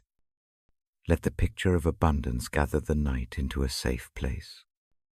Let the breath carry you back to the lamp and to the blanket. Let the thought of grace upon grace settle like a soft hand on the chest. Rest here a little longer. Receive. Breathe. Be covered. The night keeps watch. The promise keeps offering. Sleep when you are ready. I will be here to read on. I sit with the book open and a soft lamp at my side. The room breathes in slow time. A clock ticks in the other room like a distant heartbeat. I bring a short passage to mind, a quiet instruction that asks for a gentle turn. It says, in plain terms, do not be anxious. Bring your needs in prayer and in thanks. Peace will come to guard the heart. I want to tell a single story tonight. It is small. It is not a sermon. It is a witness to what happens when prayer and gratitude meet a worried heart. I met this person at a table by the window. The light was weak that afternoon. The hands that folded the cup were steady, but the eyes held a kind of worn caution. The life on the table was full of ordinary things, and a few visible scars, a ledger, a pair of glasses, a letter half open.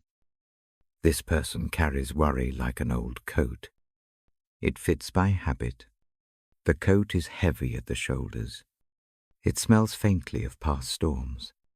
Most nights do not promise sleep. Night is a long room of rehearsed fears. Each worry sits like a small lamp left on in a hallway, casting a thin, anxious light. One evening, a simple practice begin. Prayer does not arrive as a grand act. It begins with a single, modest choice. The first step is to speak the concern into the quiet, not allowed for the world to hear, but in the hush where a voice can be honest. The second step is to name one thing to be grateful for: a neighbor's kindness, a meal that came on a hard day, the warmth of a mug. The practice reads like this. Each anxious thought is given a shape. Each shape is then placed beside a moment of thanks. The pairing is small.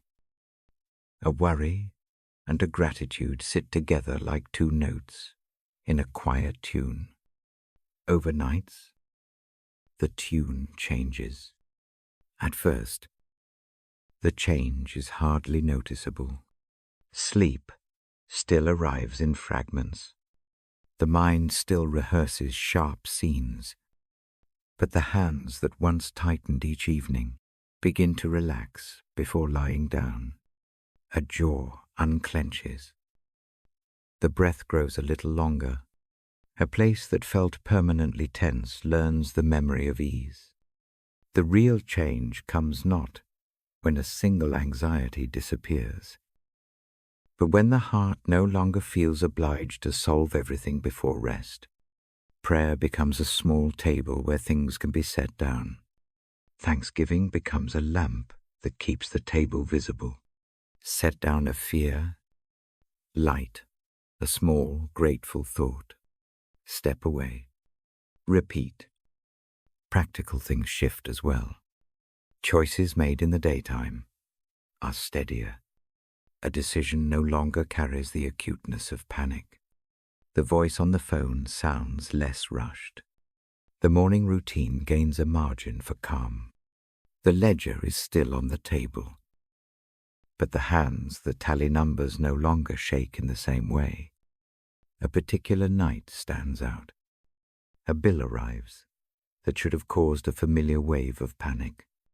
Instead, the person sits in the dim and writes 2 lines. One names the need. The other names one small thing to be thankful for that day. The 2 lines become a ritual. The list does not erase the practical facts. It simply makes room for a presence that helps carry them. In time, a subtle peace grows. It is not the loud kind. It is a watchful peace. It sits across from the restless thoughts like a guard that does not scold. It watches, and the watchfulness changes the power of the worry. The mind notices the guard. The heart rests under that vigil. Relationships begin to show the change.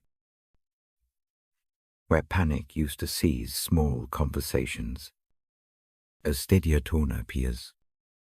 People listen differently when worry does not dominate the voice. A partner learns to speak calmly. A friend leans in instead of pulling away. The person who once braced for loss now can meet another's sadness without being swamped. The body remembers the change. 2. Nights lengthen. Dreams are less jagged. The stomach tightens less frequently. A sleep that was once thin begins to hold. Morning arrives with a possibility that does not feel like a cliff edge. The world keeps its ups and downs. The inner weather becomes more quiet through the storms. This shift is not perfection. Some evenings the old coat returns. Anxiety tightens its familiar threads. But the practice is there. The habit of naming a need, speaking it into prayer, and pairing it with a small gratitude provides a route back. It is a simple map for the mind. When the path is walked often enough, the body learns the steps. I invite you to imagine doing the same in this quiet, not as a test, not as a demand, as an experiment tonight. Pick one small worry that visits you again and again. Give it a name inside. Then pick one small thing you are thankful for today. It can be as slight as a good cup of tea. It can be as deep as a hand that held yours in a moment of fear. Let the two sit together for a breath. Try a short breathing practice to hold the pairing. Breathe in slowly. On the in-breath, bring the small worry into the mind like a small pebble. Breathe out softly, and place that pebble beside a warm, grateful image. Breathe in again. Hold for a gentle count. Breathe out, and let the feeling of thanks spread through the chest. Repeat 3 times. The body hears the pattern. The heart learns the cadence. You will not be asked to perform a miracle. The practice is humble. It is a series of small acts. These acts, repeated, shape a quiet within the bones. They invite the peace that was promised to stand at the center of nights, even when the outer circumstances are noisy. Think of the peace as a guard. Guards do not erase trouble. They keep watch. They stand between you and an overwhelming tide.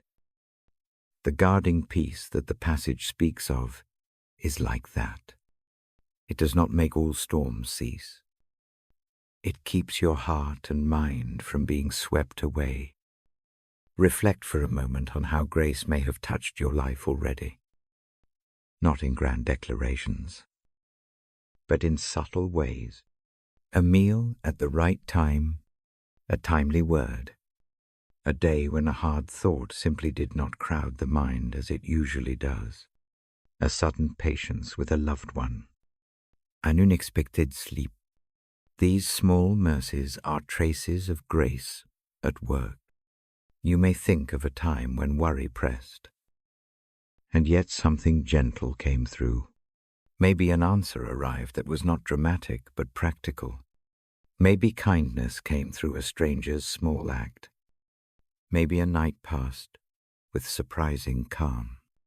Hold these memories without having to explain them. Let them be small proofs that help can come quietly. If resistance rises, notice it without harshness. The mind may say that peace is unreachable.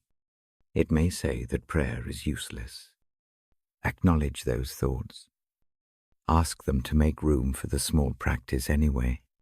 The soft work of peace asks only for repetition, not perfection.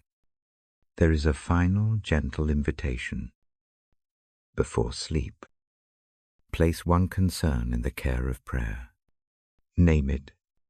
Add one short sentence of thanks.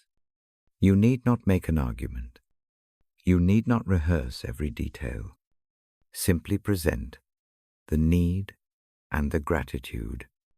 Then breathe and let a quiet come.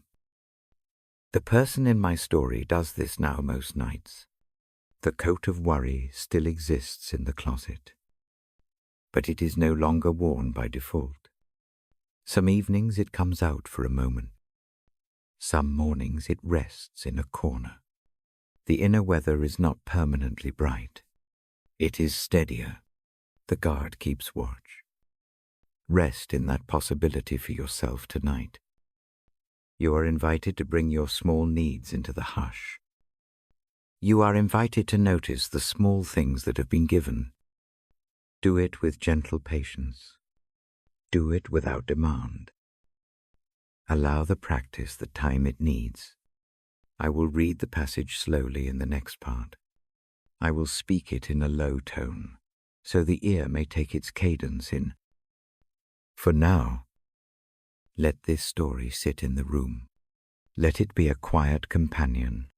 As the lamp softens, prepare one small worry and one small thing to be thankful for. Hold them together for a breath. Let the evening carry them both towards a watchful peace. I open the Bible and let the page fall where the lamp's light rests.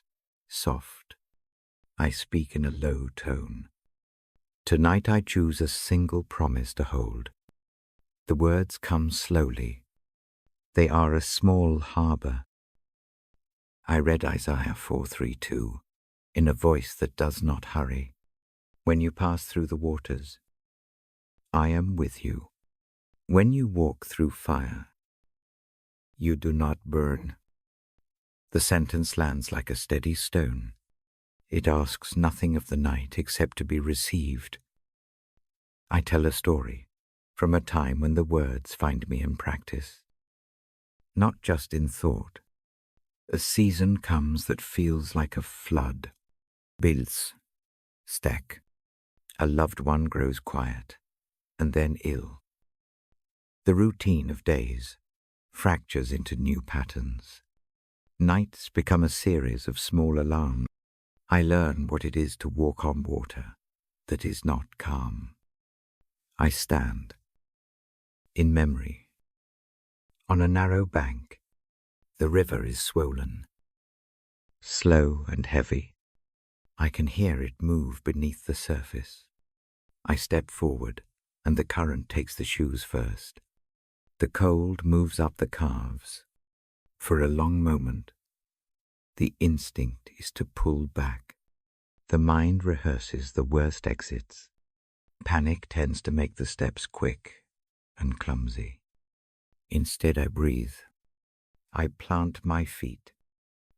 I notice the way the shoulders brace. I let them uncoil by a fraction. The lamp beside me is a small reason to stay. The Bible in my hands is a steadier reason. The sentence I read becomes a companion phrase. It repeats in the mind, I am with you. When the water climbs, it does not become a flood of accusation. It becomes a test of what steadies the heart. I hold the hand of that phrase like a rope. It is neither distant nor theatrical. It is a simple presence that walks with the feet that are wet. That presence does not promise that the current will vanish. It promises company in the crossing. I think of a small boat on a black river. The oars dip and rise. Rain taps a slow rhythm on the wood. I am not the only one at the oars. A steady figure sits across from me. They do not shout or demand. They keep the light in a lantern. The work is quiet. The boat makes small progress. The presence is not a momentary rescue. It is a patient steering. Feel the breath with me. Inhale for 3 counts. Hold for 2. Exhale for 5. Let the air travel down into the lungs. Let it meet the place where the chest tightens. Each breath is a small proof that the body keeps going. Each out-breath moves fear just a bit downstream. There is another kind of trial. It comes as heat. It is a day when decisions burn too hot. It is a night when words are sharp enough to scar. I picture a forge. The air shimmers. Sparks fly. The metal does not keep its old shape. It yields. In that furnace, I learned something that gentle fires teach. The presence that walks through fire does not abandon the one being formed. It stands near enough to cool a brow. It offers a steady hand when judgment might snap. I remember a night in a hospital room. The machines make a steady, unremarkable score. The smell is antiseptic, and the lamp is small. A person I love rests, and fear moves around us like an animal. In that room I read the verse again. The promise becomes a slow stool I can sit on for a time. The throbbing patience of presence is more real than any hurried prayer. The watchfulness softens the edges of panic. Trials have a way of making solitude feel absolute. The mind imagines itself alone on a cliff. I have found that presence can feel like a hand laid quietly on the shoulder. It does not explain away every reason for fear. It simply makes the footing wider. The shoulder steadies. The breath lengthens. The night seems less infinite. When fear tugs at the sleeve, I make a small practice. I choose one image to hold a lighthouse on a distant shore. Its beam sweeps slow and regular. It does not chase the storm. It keeps on. Fix your gaze on that motion. Imagine the light reaching across the water to catch your tired eyes. The lighthouse is not the end of the journey. It is a point of orientation. It says, "You are not adrift." Repeat the phrase quietly in the mind, "I am with you." Let it be as plain as the light. Say it without arguing. Let the rhythm of the words match the breathing. Inhale, I am. Exhale, with you. Breathe like that, 3 times. The mind hears the pattern. The heart begins to loosen. There are times when trials are slow and small. They come as months that do not end. Each day brings a ledger of details that contain no immediate solution. The draining fatigue is real. It is in the hands and in the jaw. For those seasons I learned to measure life in tiny clauses.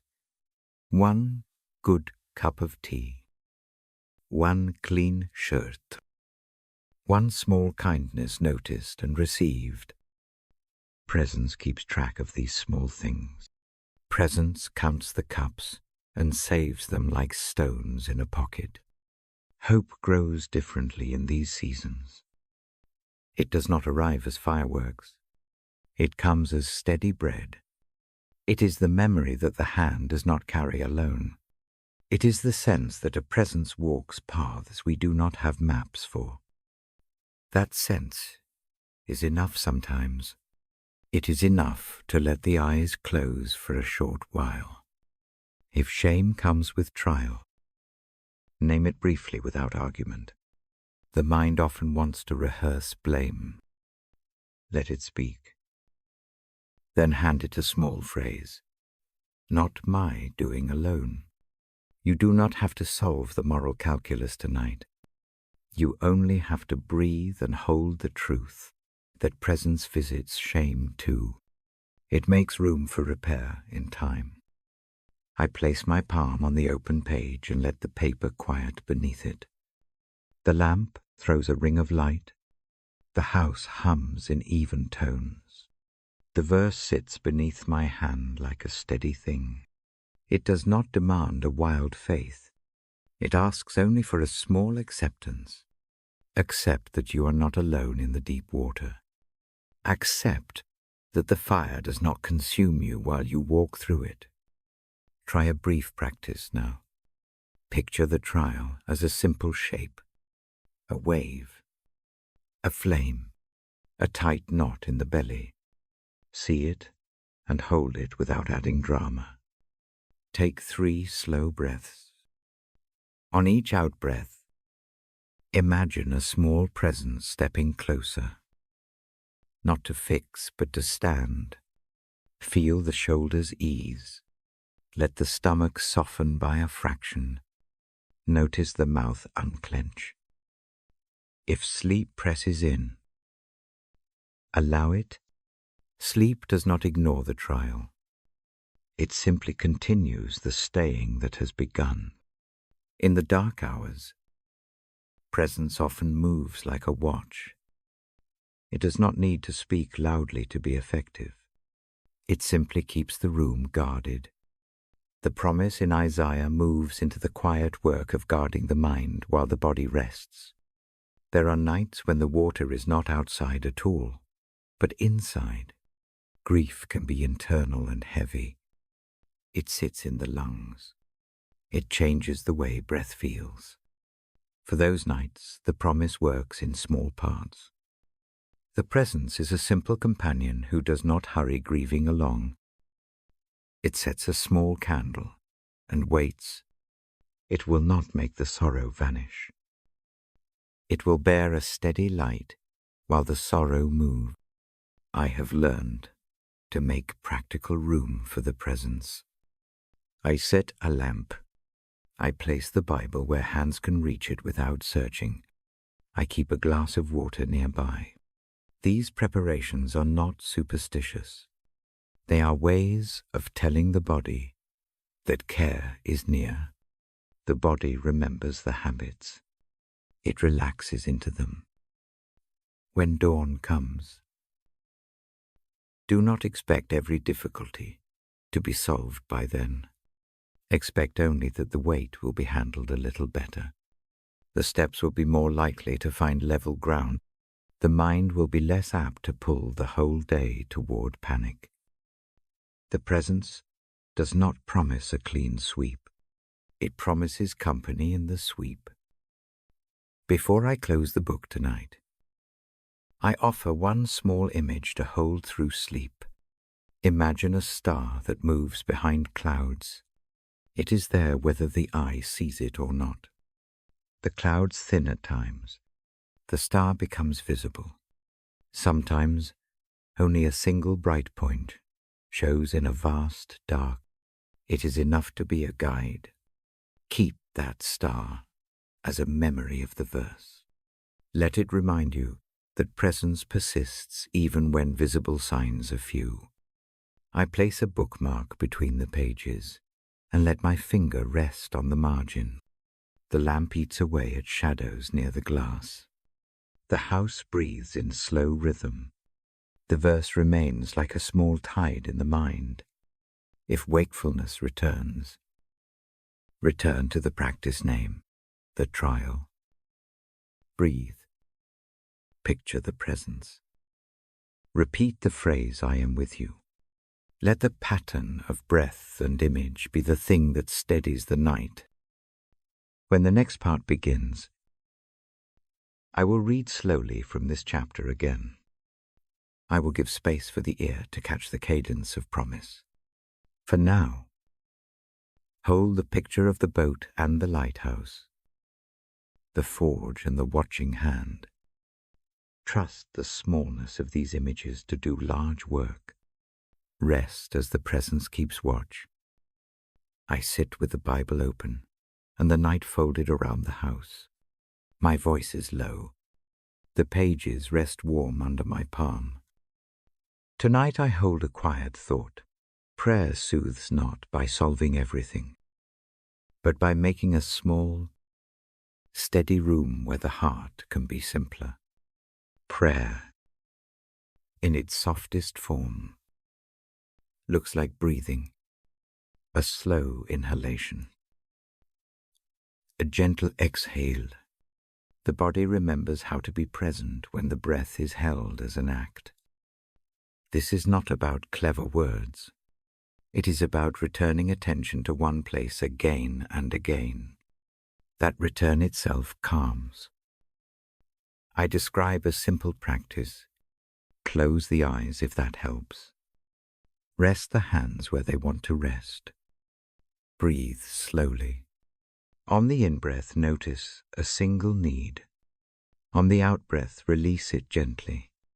No argument. No attempt to fix the future in that moment. The movement becomes a rhythm. A rhythm can steady the body more quickly than a long list of reasons to be calm. Prayer also soothes because it organizes scattered thoughts. The mind often flits from one anxious scene to the next. Prayer offers a small container.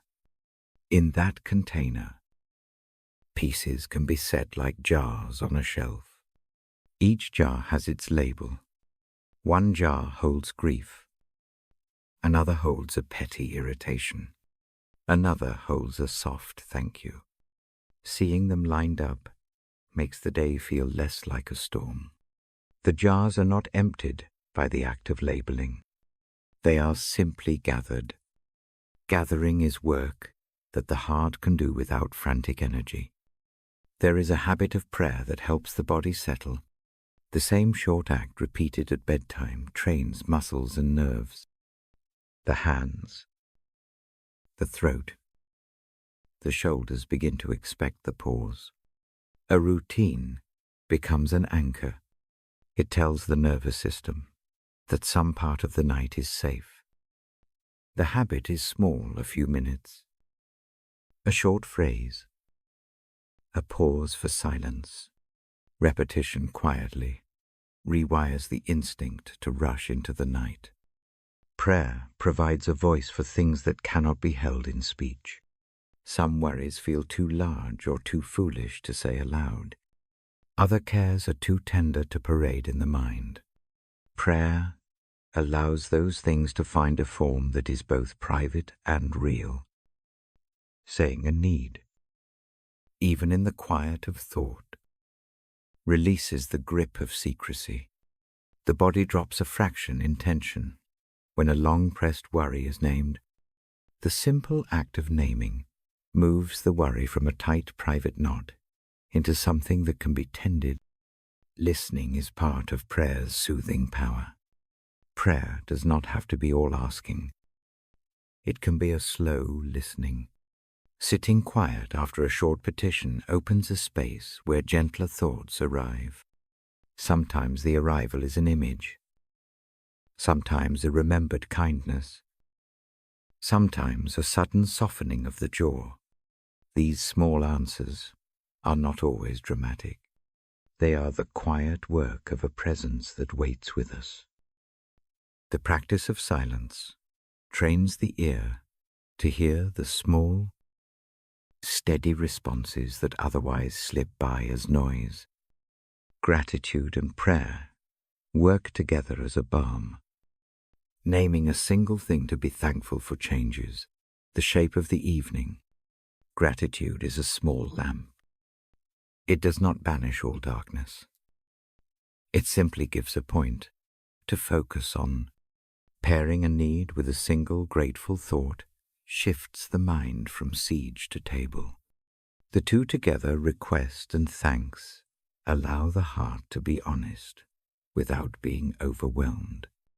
Confession in prayer is not a harsh duty here. It is an honest handing over of what weighs.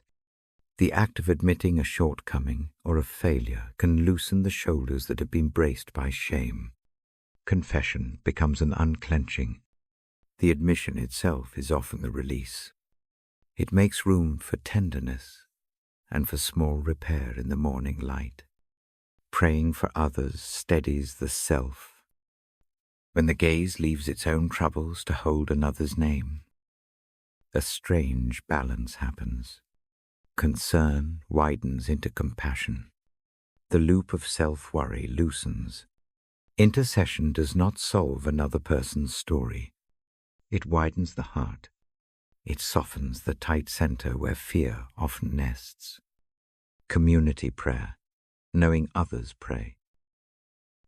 Speaking a phrase with others, or remembering that a neighbor keeps watch, makes a difference that is small and real.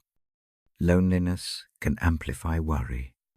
The knowledge that others carry similar habits of prayer creates a subtle companionship. It is like hearing distant footsteps in a quiet corridor. The steps are not loud, but they are proof that one does not walk the hall alone. Prayer can be practical. A short list placed before sleep helps the mind stop rehearsing. Write 1 or 2 items that need action tomorrow. Set the list by the bedside. The act of writing moves those tasks into the world of tomorrow. Where they belong, the hand has done its part. The mind can then give the night a different work, rest. There are physical ways prayer soothes. A steady pattern of breath lowers the heart rate. A relaxed jaw eases muscle tension. Adde libera de posture. Even a small adjustment tells the nervous system it is permitted to slow. The body takes cues from the stillness. When the muscles are soothed, the mind slows. This is simple physiology. Present and dependable. Imagery helps the practice hold. Picture a small garden at night. The beds are tended in daylight. Now the gardener steps away and leaves a soft covering over tender plants. The covering does not make the weather change. It simply protects what is fragile. Prayer is that gentle covering. It keeps the small green places of the heart from being trampled by worry's feet. Praying scripture is a particular comfort. Reading a short verse aloud and letting its rhythm sit in the chest gives the mind a linguistic anchor. Biblical phrases often come in steady cadences that match the breath. The words become a scaffold for quiet. They do not force understanding. They simply provide a familiar shape to rest in. The habit of repeating a verse slowly can become a lullaby, steadying the ear and the heart. A small story from my life sits with me as proof of this work. There is a night when the worry about a loved one's health felt like a tight stone in the throat. The hands trembled. Sleep fled. I read a short passage. I breathed a small prayer. Then I sat very still and listened. In the silence, a thought came that was not an answer, but a soft assurance. The body eased enough to sleep in pieces. Not all fear vanished. The stone remained, but it rested in a place where help could meet it in the morning. The next day, small practical kindnesses arrived in sequence. The prayer did not force the outcome. It altered the posture of the body enough to receive help when it came. If resistance arises, if the mind says that prayer is useless or that quiet wastes time, notice that voice and let it be. Do not wrestle. Offer the tiny practice anyway. It is humble work. It asks for repetition rather than proof. Often the habit changes the body before the mind catches up. That is enough. Practical steps to try tonight. Pick a short moment. Perhaps 2 to 5 minutes. Sit comfortably. Breathe slowly. Name one need. Name one small thing to be grateful for. Pause and listen for a single breath's worth of stillness. If helpful, hold a short verse in the mind or read one line from the Bible. Let the breath carry the words. Let the body settle, close with a quiet handing over. Not as a declaration of certainty, but as a small surrender of burdens to be tended elsewhere. Prayer is not a promise that trouble will vanish. It is a steady practice that changes how trouble sits with the body and mind.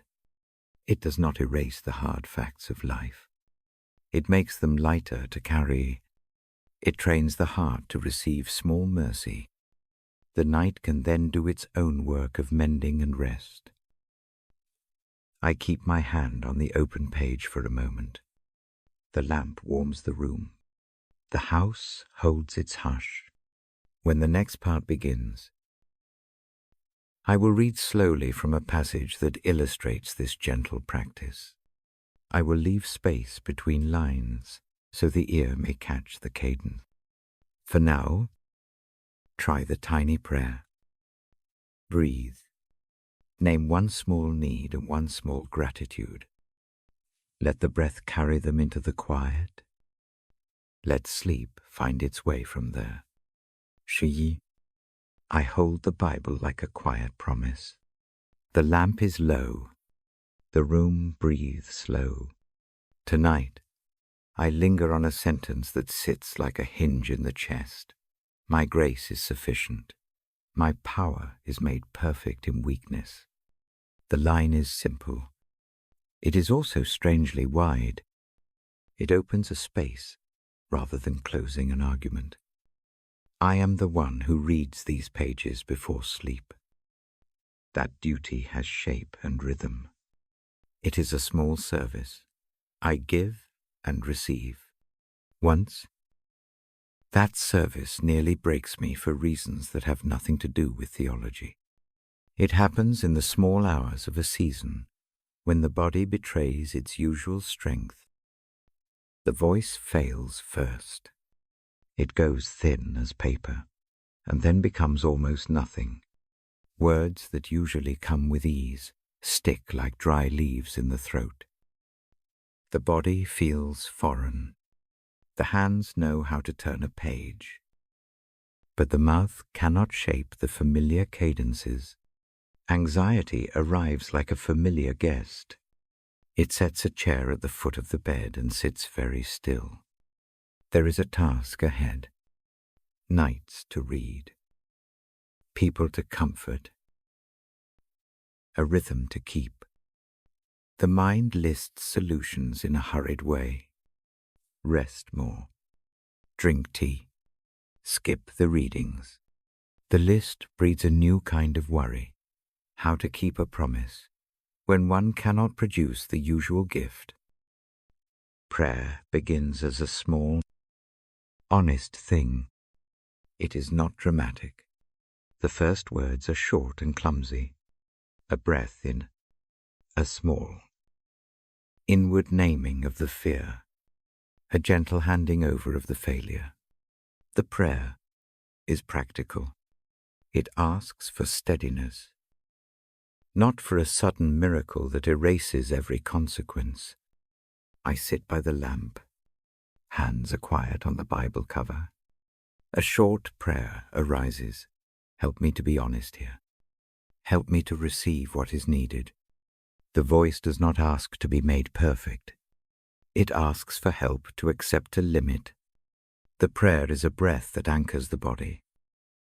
On the second night, the weakness feels like a kind of teaching. The muscles around the throat are taught with constant attention. The body is a small room in which noise finds purchase. The prayer now is not a demand. It is a listening. It is a request to be shown how to be present without performing. The verse moves slowly into the mind. My grace is sufficient. My power is made perfect in weakness. The image is plain. It says that weakness is not merely a problem to fix. It is a place where other strength can appear. That thought should be clever and theoretical. Instead, it comes as a soft fact that alters the posture. Prayer shifts the center of things. Instead of trying to force the old pattern, the hands place the habit of reading into a different posture. If the voice cannot carry the words, perhaps there is a quieter way to offer the reading. The practice becomes less about delivery and more about presence. The room holds a hush where words can be smaller and still mean something. There is a particular evening when this truth becomes real in a way that matters. I prepare as usual. I cannot force the throat. The pages are open. The lamp throws the usual pool of light. A short prayer rises, one that is as much a breath as a sentence. Lord, if this weakness is here, let it be enough to reveal a different kind of help. Let me be held even in this lack. The comfort arrives, not as a thunderclap. It comes as a steadying in the shoulders. The jaw eases in a way that feels almost like relief. A warmth spreads across the chest that is not excitement. It is acceptance. The mind, which had been busy rehearsing worst-case scenarios, quiets enough to notice small facts of care. A neighbor offers a note of practical help the next day. A friend sends a quiet message. A small device that amplifies a whisper is found in a drawer. These gifts are ordinary. None of them erase the problem. They do, however, show how help meets a need when pride steps back. The presence of assistance changes what strength looks like. Prayer shapes the response. The practice is humble. It pairs a short petition with a stillness long enough to hear what moves near. The weak place becomes, in a small way, an opening for others to show care. That opening is the shape of grace. It is not an abstract doctrine. It is neighborly, tactile, real. In the quiet nights that follow, the voice remains fragile. Some evenings the words come in a softer register. Sometimes the pages are read aloud by another. Sometimes the reading is a touch of the Bible on the lips and a slow breath that lets the text settle in the room. Each form is different. Each one carries the same small piece. The practice of prayer continues to be simple. Breathe in slow and count to 3. Hold for one soft beat. Breathe out and say the short phrase here is my weakness. Receive your strength. The phrase is not meant to be theological noise. It is an honest trading of burdens. The breath carries the exchange. There is a physical truth in that exchange. Muscles that hold tightness give a little. The jaw unclenches. The shoulders drop. The hands relax around the book. The body takes the cue and lets itself rest while the heart practices trust. The sensation is quiet, like a hand smoothing the hair from a fevered brow. On a morning when sleep has been thin, a new smallness settles. The voice is not restored all at once. It is patchy and tender, yet the nights of anxious rehearsal become fewer. The habit of brief. Real prayer rewires the nervous expectation. Instead of bracing for failure, the body learns to move toward care when failure arrives. This season teaches an odd generosity. Weakness makes room for others in a way that strength sometimes does not. People notice. They enter the small gaps with kindness. Practical help arrives in plain forms. A cup placed on a doorstep. A note of affirmation. A friend who volunteers to read for a night. Each act is a stitch sewn into the evening garment. Prayer does not remove the need for action. Careful steps continues. A doctor is consulted. Rest is pursued. Humble remedies are tried. But prayer changes the posture as those actions are taken.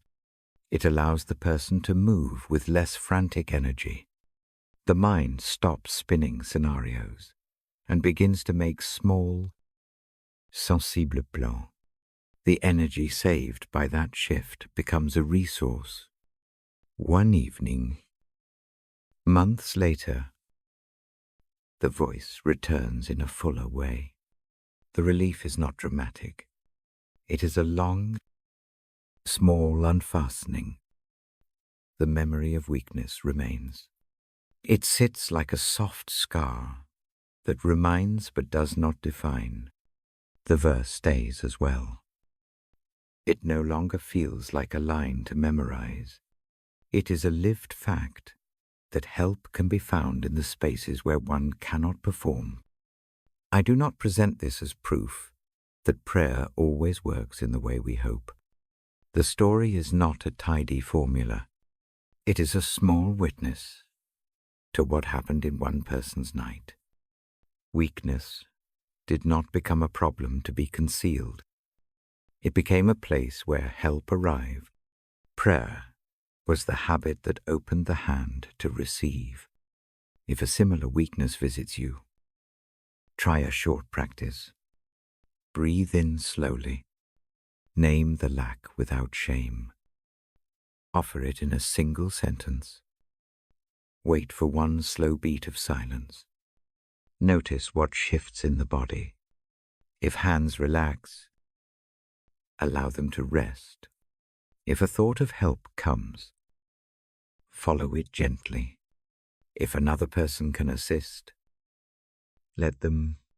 Strength often arrives wrapped in small, ordinary care. The verse will be read slowly in the next part. For now, keep the image of a simple exchange in the mind. Weakness is not the end of the story. It can be a narrow doorway. Through that doorway, something steadier may enter. The night is full of small openings. Prayer helps us see them. I close the book lightly and rest my hand on the page. The lamp keeps its circle of light.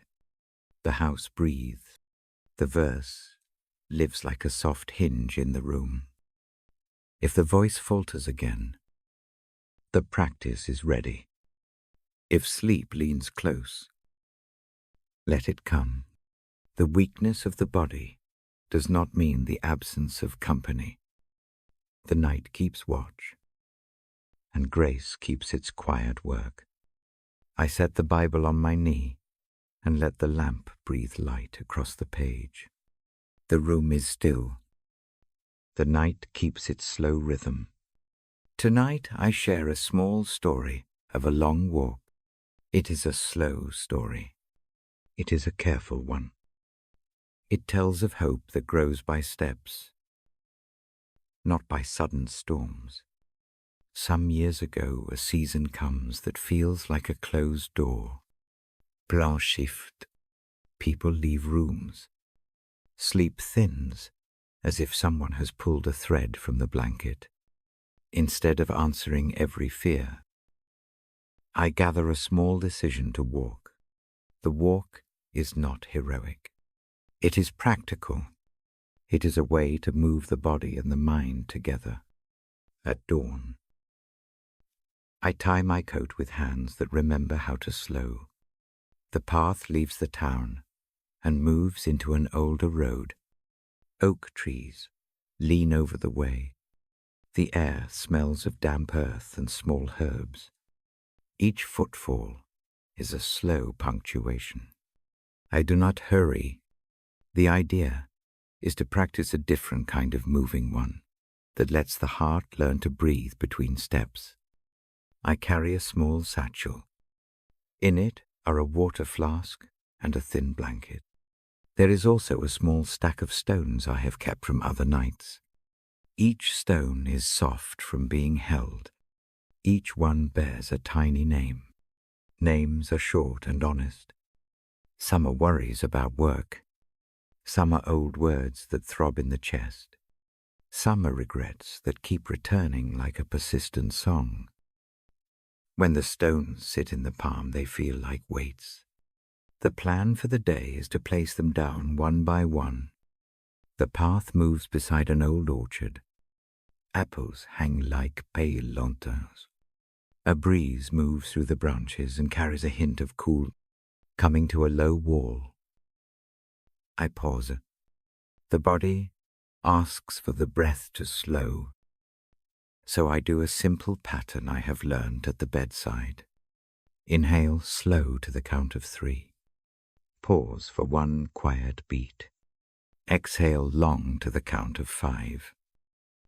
The breath becomes a steady drum. The trees listen, as if they know the tune. Walking teaches a patient kind of trust. There is no forced answer at the end of the road. The trust I am learning is not about fixing what is broken. It is about taking small, honest steps while giving the map to another hand. That giving is an act of surrender. Yes, but it is not empty. Surrender here becomes a deliberate movement of the hands. It is placing the satchel of small fears on a bench and stepping back. At a bend, the road opens to a view of the sea. The tide sits low. A blue bowl under the sky. A stone pier points like a finger. I walk out onto it slowly. The wind presses a coolness across the face. Sound comes soft, the small scrape of gull wings. A distant motor of a fishing boat. I sit at the pier's edge and set out the stones on the weathered boards. They are lined like a quiet inventory, one by one. I hold each name and feel the old tightness. I do not need to change the memory. I simply hand it across. This handing is not dramatic. It is plain. I lift a stone, whisper a short offering in the hush, and let it go into the shallow water. The stone drops and makes a small sound. The ripple widens and fades. With each stone that sinks, the shoulders loosen a fraction. The hands relax. The jaw softens. The act is a kind of liturgy that requires no performance. It is practice. It is a teaching for the body that holds worry with clenched muscles. On the pier, a gull lands for a moment and then moves on. A line of fishermen's ropes lies coiled and patient. The pier holds what is left behind without complaint. It is good to remember that the world has places that simply receive. Not everything needs an answer. Sometimes depth is the shelter. The walk continues along a narrow lane that bends up toward a small chapel on a hill. The chapel is modest. Its door is plain. It faces the sea, as if listening. The garden outside has lavender and low stones. I sit on a bench beneath a crooked yew and open the Bible there. The words I read are not the ones that fix the future. They are the ones that steady the ear. A single verse rests like a small lamp. Come to me, all who are weary. The phrase settles like a hand across a tired forehead. Prayer in that place is small and unadorned. I name only one thing, not the whole tangle, not the map of every fear. One name at a time. Then I breathe and offer thanks for one simple mercy of the day. A dry pair of socks. A hot cup found at a bus stop. The way the light fell on the bench. The pairing of a need and a thanks becomes a pattern. It is a way to teach the heart that fullness exists even in the middle of lack. The chapel door is unlocked. Inside, there is a long wooden pew and a narrow candle flickering in a small stand. I bow my head, not out of ritual, but out of habit of listening. Listening takes time. It asks for the hands to be still. In that stillness, the sense of control loosens. It feels surprising to find power in that loosening. The power that arrives is quiet. It is the strength to go on in small, faithful ways. On the return path, the wind has shifted. The sky holds a thin pinkness. The road seems less empty, passing through a small village. I notice a baker's door left slightly ajar. A warm smell spills out. Someone has left a small loaf cooling on a sill. It sits there as a gift left in trust. No proclamation. No fanfare. The loaf is a practical mercy. It is proof that ordinary kindness continues in daylight. The small journey does not end all difficulties. The job still needs tending. The relationships still require care. The nights still bring their familiar ache. What the walk does is reshape the way those things live in the body. The hands learn a new map. The heart learns to hand over one stone at a time rather than carrying them all until the shoulders break. When I come home that evening, the lamp is waiting in its usual circle. The Bible feels warmer, where the thumb has passed over the pages. There is a quiet in the bones that was not there before the walk. Sleep is not instant, but it comes with a different weight. The breaths lengthen in the dark. The mind has a small memory of the pier and the sinking stones. This is the kind of hope the story holds. Not the promise of trouble erased. Not a magical fix. Instead, a steadying that grows from surrendered control. Strength emerges in the space left when the body stops trying to carry everything alone. Mercy shows up in small, helpful ways: a loaf, a note, a hand offered without negotiation. These are the quiet forms that hope takes. Tonight, as I read this to the room, the invitation is simple. Choose one small thing to hand over. Do not attempt to empty the list. Offer one name.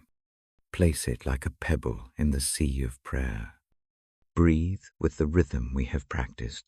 Inhale, hold, exhale. Let the breath carry the small offering to a place of rest. To surrender is not to lose power. It is to trade a brittle, solitary strength for a steady companion. That companion does not control every turn of the road. It walks beside the feet that tire. It holds the hand that loosens. It keeps watch while the body sleeps. When sleep leans in, let it come kindly. If rest is slow today, return to the image of the pier. Remember the stones. Remember the ripple. Remember the bench beneath the yew. Keep that memory like a small lamp in the pocket. In the morning, tend the work you must do. Move again on the path. Take another small step. Each step holds a quiet hope. I close the Bible now for a while. My thumb rests on the page as if sealing a small promise. The lamp keeps its soft pool. The room breathes.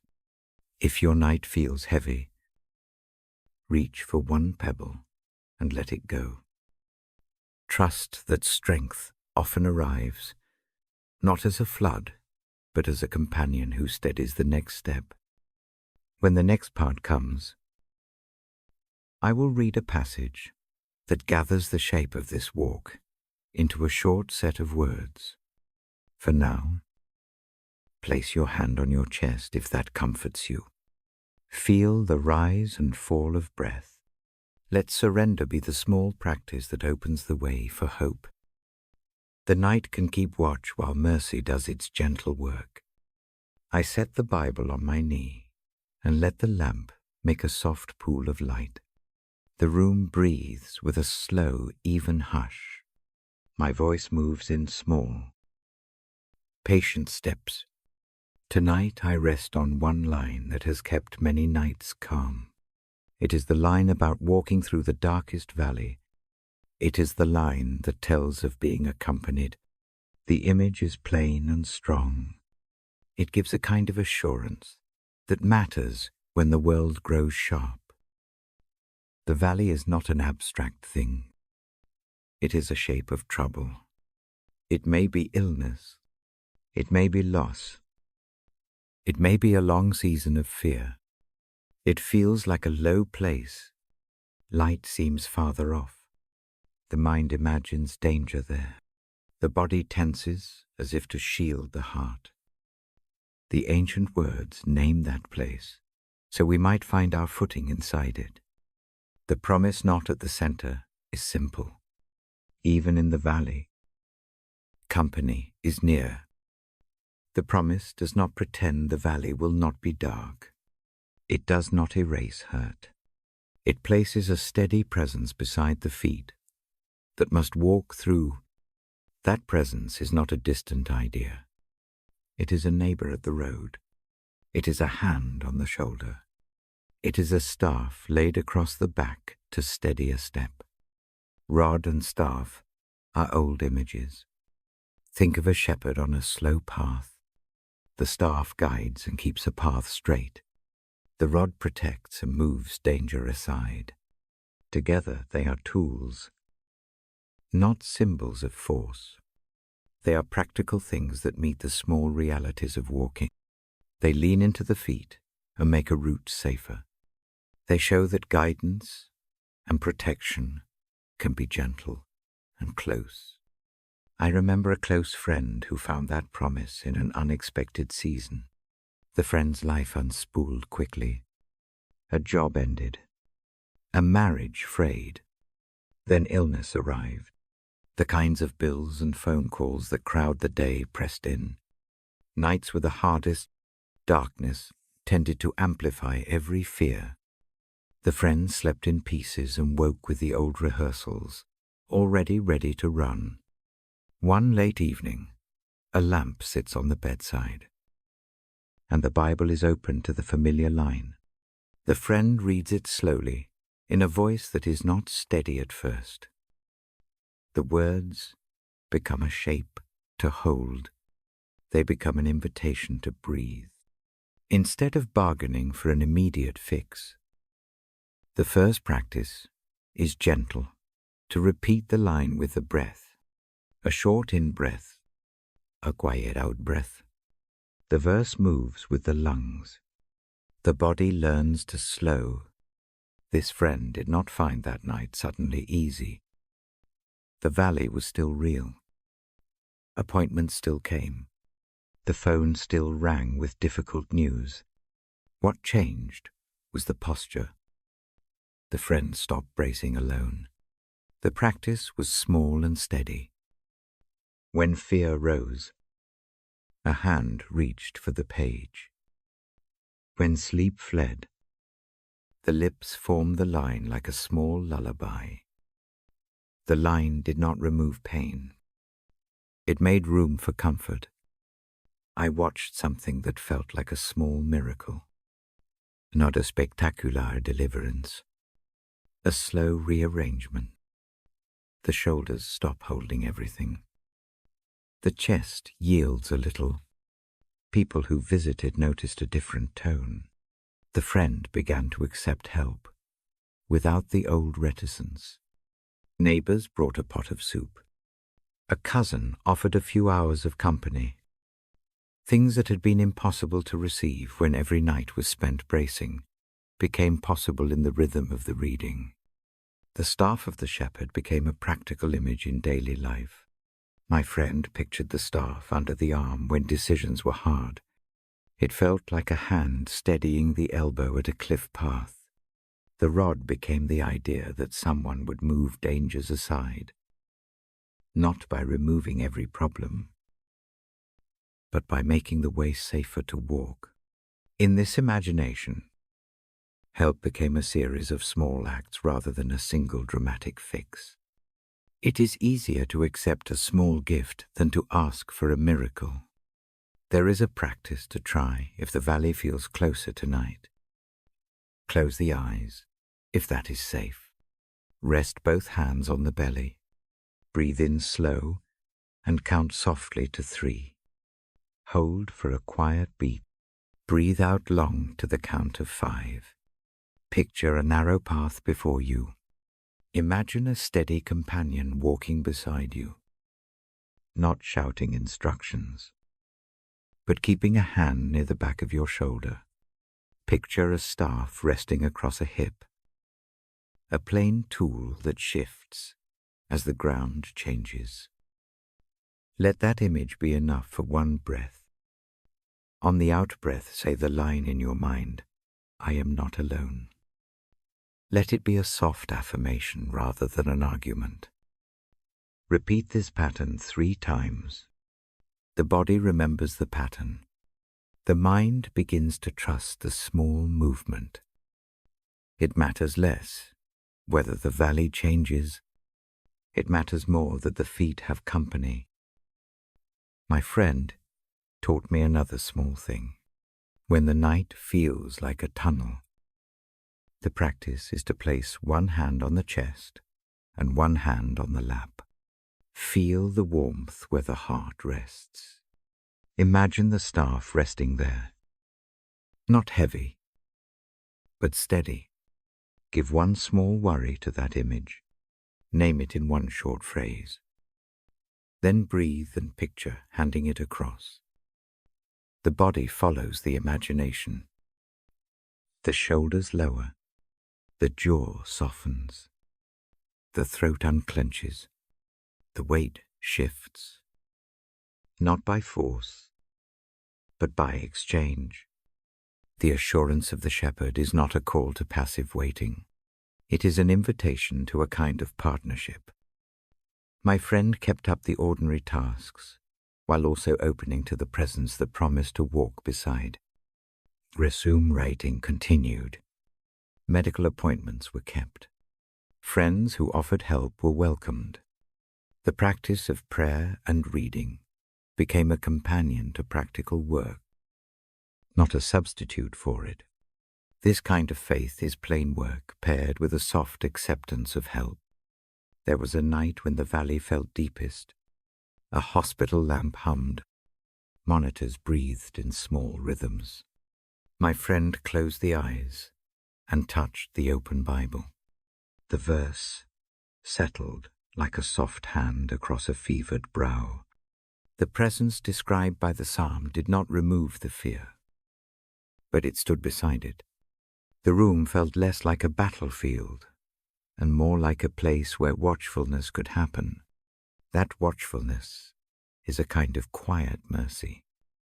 Hope in that season did not arrive as an explosion. It came as a sequence of small lights, a message of encouragement, a neighbor's loaf, a clear answer on a needed form. The mind that had been used to expecting only worst-case scenarios learned, slowly, to notice small mercies. These small things do not minimize suffering. They turn suffering into a path that can be borne. The rod and staff do not carry the traveler. They make the walking possible. When the valleys come, fear will have reasons. That is understandable. The promise in the psalm is not an instant override of human caution.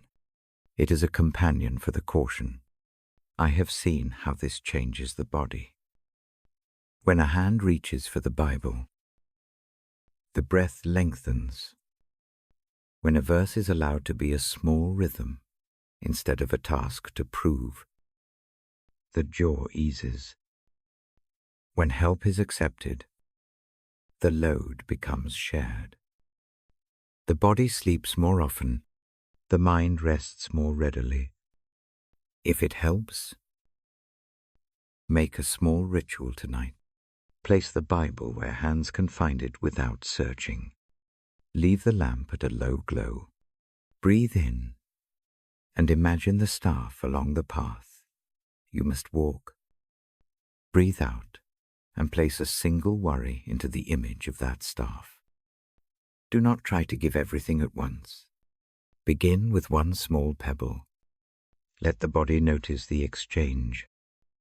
Repeat as needed. The practice trains the hands and the heart to receive. My friend's hope became a kind of invitation for others. People who had once stood at a distance found it easier to come near. They did not have to fix everything. They only had to keep a presence. This is the gentle logic of the psalm. Company and care are offered in practical measures.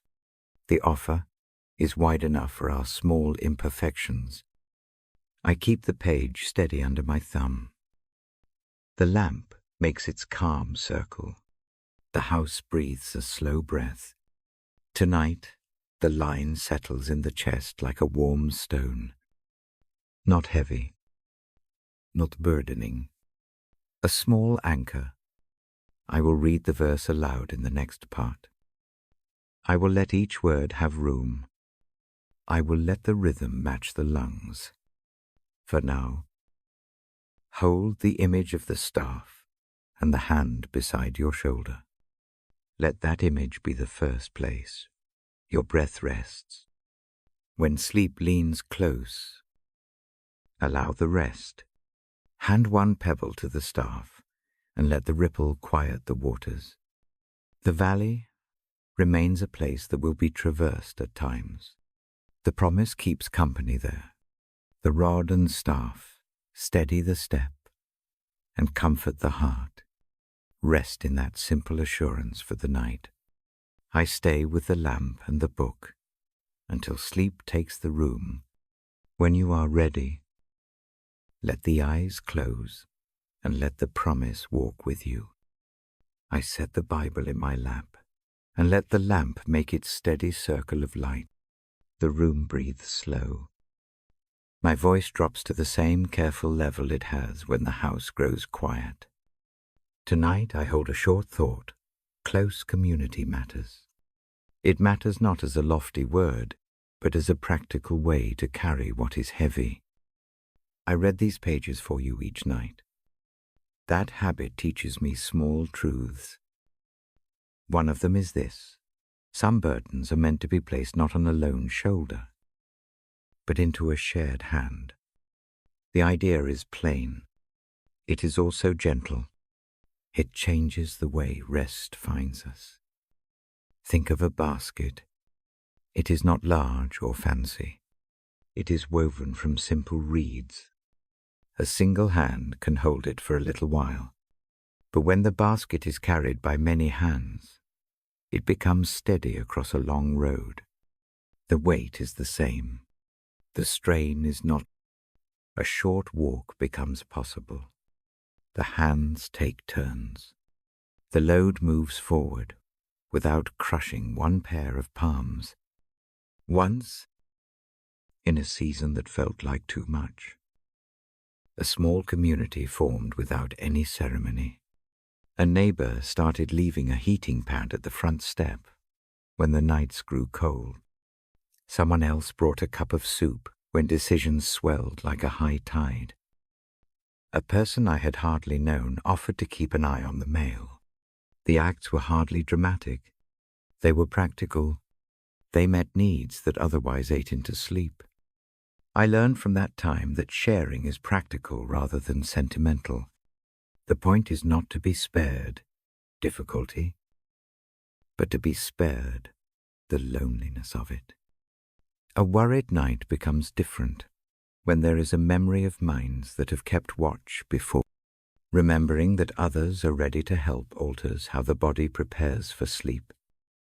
The jaw unclenches by a fraction. The shoulders drop by a breath. Small physical shifts follow a small change in trust. Community is not only about the big rescues. It is about the quiet, repeated help that accumulates someone bringing a loaf, a neighbor's phone call that asks only how you are, a friend offering a quiet hour to sit and listen. These are not solutions that erase the need. They are ways of meeting a need, so the weight is carried between people instead of on one lone heart. There is a practice I learned that is simple enough to do from bed. Picture a sturdy basket again. Hold one small burden in your mind. Give it a name. 2 or 3 words are enough. Maybe it is a bill that worries. Maybe it is a single difficult memory. Maybe it is a tiredness that will not go away. Say the name once to yourself. Then, in imagination, lift the burden and place it into the basket. Now picture hands reaching in from different directions. Some are familiar. Some are faces you do not know well yet. Each hand takes a turn steadying the basket. You do not have to carry the load alone. Feel how the arms relax a fraction when the first hand takes pressure. Breathe in slowly. On the out-breath, imagine the basket being shifted, balanced, and passed along. With each pass, notice a small easing. This is not a trick to pretend the burden is gone. The burden remains real. But the reality of many hands changes the experience. A heart that has been bracing can let go a little. Sleep comes more easily when the body no longer has to pretend it can do all the lifting by itself. Community also gives room for mistakes. People who care will not ask for perfection. They will accept clumsy steps and small failings. And they will keep company anyway. That acceptance is costly and gentle. It tends toward patience. It teaches us that being held does not depend on being tidy or resolute. It depends on presence. There is another practical side to sharing burdens. It multiplies wisdom. When one person is close to a difficulty, the view can be narrow. A second person often sees what the first cannot. A neighbor offers a practical tip. Someone else remembers a phone number or a form. A third person brings a perspective that steadies a frightened imagination. The weight remains, but its edges shift when more eyes look at it. The mind learns safer routes. At teams, the community will do the heavy lifting by offering scaffolding. Simple help becomes scaffolding a meal. A ride, a hand to hold. These small things keep a life from tipping into crisis. They create breathing space. In that space, practical decisions are made more clearly. Sleep becomes a place where the body can repair, because the day's urgent needs have a few helpers attending to them. I have felt reluctance in myself when accepting help. It is a human thing to believe that asking makes one smaller. In those moments, the habit is to make a small experiment. Ask for one small thing. Not everything. Just one short request. Perhaps a single errand. A phone call. Or a 5-minute conversation that simply listens. See how it lands. Often the request is met with a kindness that does not demand anything else in return. The act of asking breaks a wall gently. The body notices the lift. Community also teaches practical mercy. Mercy is not a broad abstract. It shows up as a neighbor leaving a tray of food. A friend staying late in the hospital room. A stranger giving directions. Mercy is action. It is the movement of hands toward a need. The small mercies accumulate. They change the shape of a week and the shape of a night. If you wonder how to begin, There are modest steps that will not require great bravery. Make a short list of 3 names of people who have offered kindness in the past. Send one of them a brief note or a small voice message. Tell them one simple way they could help this week. Or, if it feels safer, ask for prayer for a single named thing. Do this without a grand explanation. The smallness of the ask makes it easier for both giver and receiver. Help arrives as a small rhythm rather than a dramatic act. There is also a practice for those who can give. Sometimes comfort is silence shared. Sometimes comfort is a practical visit with a cup of tea. The gift of listening without trying to fix is a form of help that weighs less than advice and more than pity. Offer a small presence. Stay for 5 minutes longer than you had planned. Bring nothing but your hand and a readiness to be steady. These are the ways burdens are actually shared. The community may be local, a neighbor, a church group, a close friend, or it may be wider and more surprising. Sometimes help arrives from a person who was unknown before a small crisis. The world is threaded with unexpected kindness. The practice is to accept it when offered. Acceptance does not mean losing dignity. It is a humble recognition that no one is meant to carry everything alone. When worry returns at night, the memory of these small acts will be a useful balm. Before sleep, name one small need and picture it placed in the shared basket. Imagine hands passing it along. Breathe slowly and let the body follow the image. Do this a few times. The practice shifts more than mood. It trains the muscles around the heart to let go. There is also a way of bearing witness that comforts the giver. When help arrives and eases a night, send a note of thanks. A short word of appreciation is not required, but it reinforces the bond between people. It lets the helper know their small act mattered. Community needs encouragement to continue. Kindness that is noticed tends to be repeated. Do not wait for dramatic proof that help will always come. Practice the small exchanges before they are urgent. Offer a cup of coffee, a chorus line of a brief phone call, a casserole left at a door. These ordinary payments into the common life keep a community fresh. They practice the habit of bearing one another's burdens before the load becomes too great. Now breathe with me. Inhale slowly. Hold for a gentle beat. On the out-breath, imagine one small worry leaving your hands and settling into a shared basket. Picture a friendly hand taking hold of the basket's handle. Feel a slight easing in the neck and shoulders. Repeat once or twice. Let the image sink down into the bones. This work of shared bearing does not promise that every night will be easy.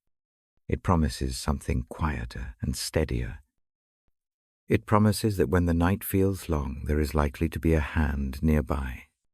It promises that hurts may be tended, and that practical help will come in ways large and small.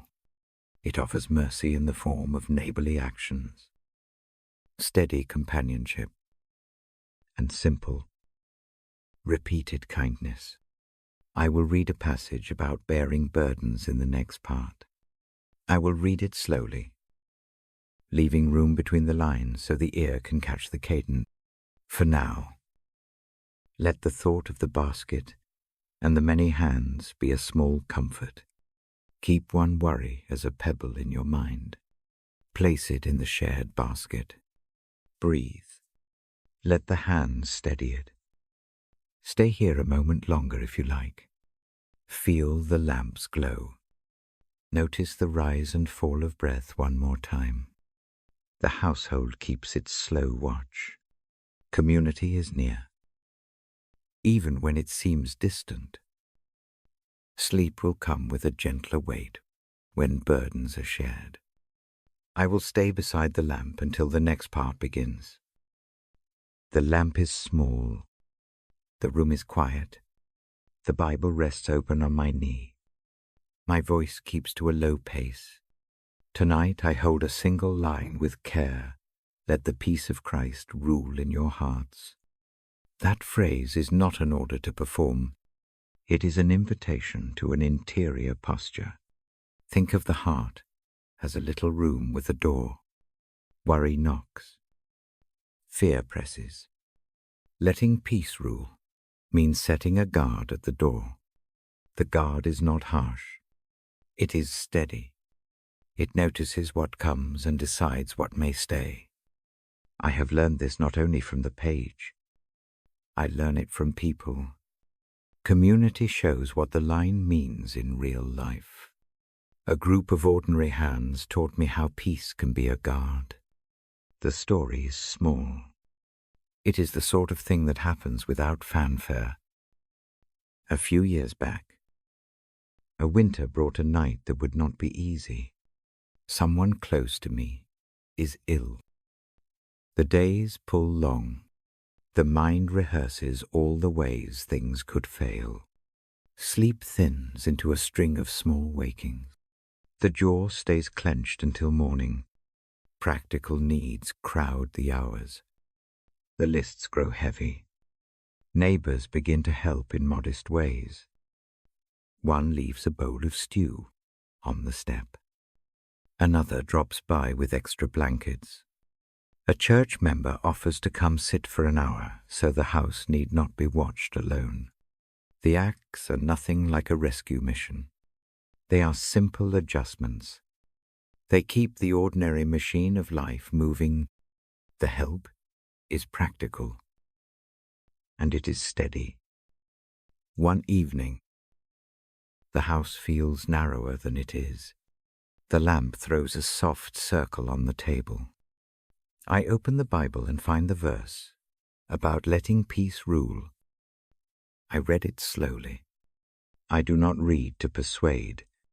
I read as a person who needs a direction to look. A few friends are there that night. We do not plan anything formal. We sit in the same room. One person folds a blanket. Another hums a quiet tune under their breath. Someone makes tea. The air tastes faintly of herbs, and the warmed bread someone left behind. No one speaks loud. The mood is like that of a small harbor, people keeping watch. I invite them, gently, into a short practice. We breathe together. No long prayers. No areas of doctrine. Just an inhale and an exhale. On the in-breath, we take in a short phrase, peace. On the out-breath, we let go of a small worry. One by one, we name a single thing we carry. The names are small and honest. A single bill. A list of medicines. The fear that the phone might ring at dawn. The room changes. The presence of others makes the act easier, where I might have tried to muscle peace into being alone. The shared rhythm does the work. The breath becomes a metronome. The fingers on a mug need their warmth. The shoulders that had been braced loosen. Peace begins to rule, not as a hard command, but as a gentle influence. There is a practical side to this ruling of peace. When fear arrives later in the night, it finds a pattern already in place. The mind remembers the breath. The hands remember how they eased. The friend's small acts still echo the soup. The blankets, the offers to sit, those memories act like small supports. They make it easier to choose the guard at the door. Peace, as a ruler, is not about suppressing thought. It is about ordering the space where thinking happens. Imagine the mind as a courtyard. Rushing thoughts are leaves in a wind. If nothing stands in the courtyard, the leaves scatter and pile. A guard or a wall helps the wind move through more gently. Peace arranges the flow. It does not block the weather. It keeps the pathways clear. There is another thing community teaches. They are not there only to hand over burdens. They teach me to let the peace rule at practical moments. A friend will remind me, softly, to pause. When a worry becomes loud, breathe first. Take one step. Ask for help. The reminder is small. It is the kind of care that guards a mind from spiraling. It forms a habit. And habits are patient teachers. Practices grow from that night. When worry starts, I place a hand on my chest. I breathe. I say the phrase, quietly inside, let the peace of Christ rule. I picture a gentle gate, closing not with force, but with order. The thought is not magic. It is a small training of the nervous system.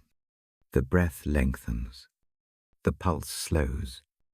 The mind has fewer resources to spin on every dark corner. One winter morning, weeks after that evening, a late bill arrives. The old panic stirs. The chest tightens. The instinct is to run through all the worst ends, but the memory of the room and the steady breath is nearer. I stop. I place the bill on the table. I take one measured breath. I text a neighbor, a short note asking for advice. Then I call a friend. The crisis does not vanish. The panic does not melt away. But the heart steadies enough to make sensible choices. That steadiness is the peace ruling. Colossians does not promise that peace removes trouble. It promises that peace can have authority inside. That authority shapes response.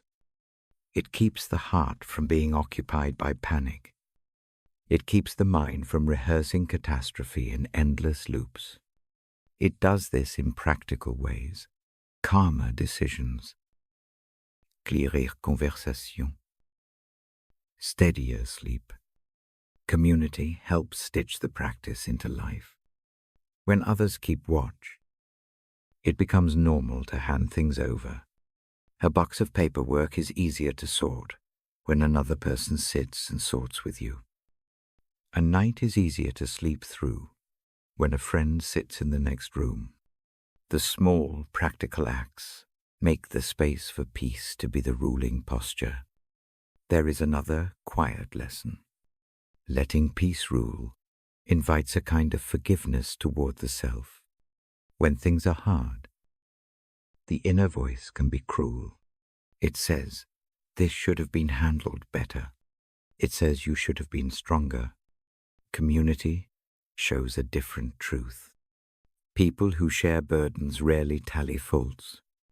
They come with soup, with hands, with simple company.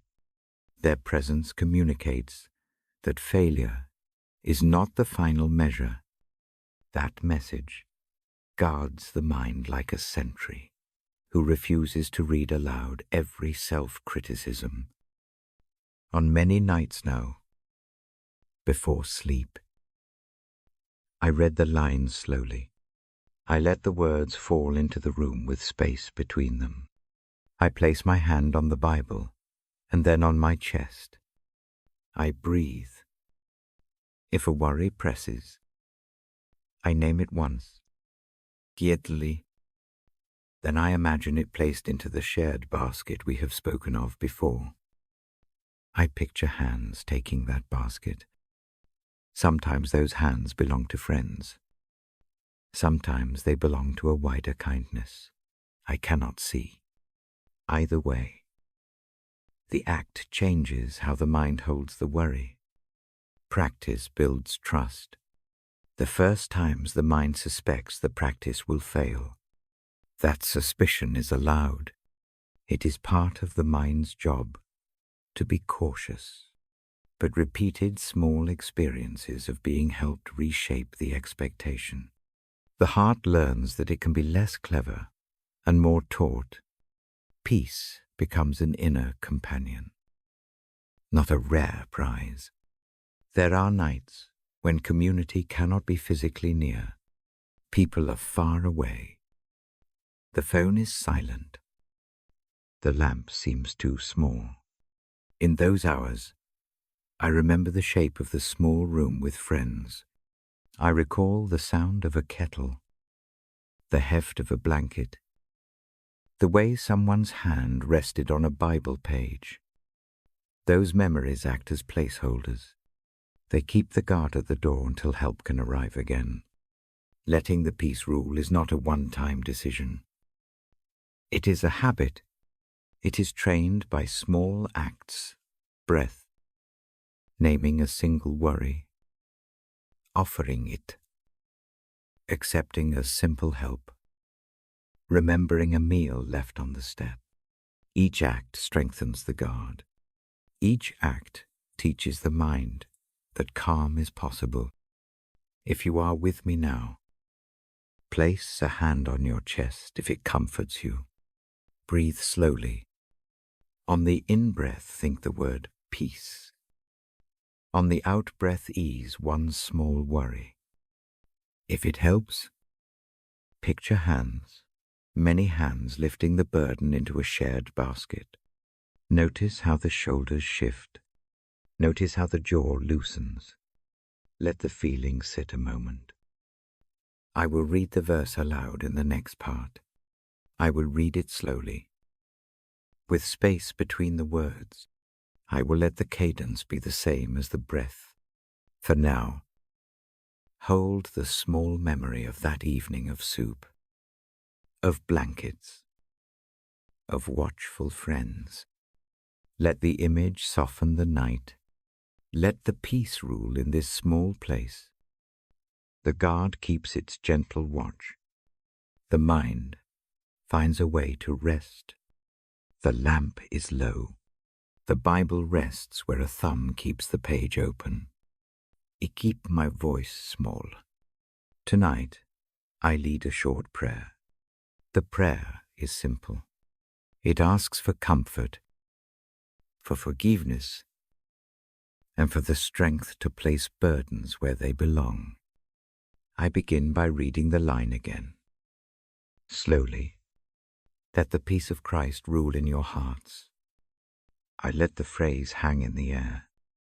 It is like a small bell. The sound is soft. The breath follows the cadence. Breathe with me. Inhale slowly. Fill the lungs with the night air. Hold for a gentle beat. Exhale long and steady.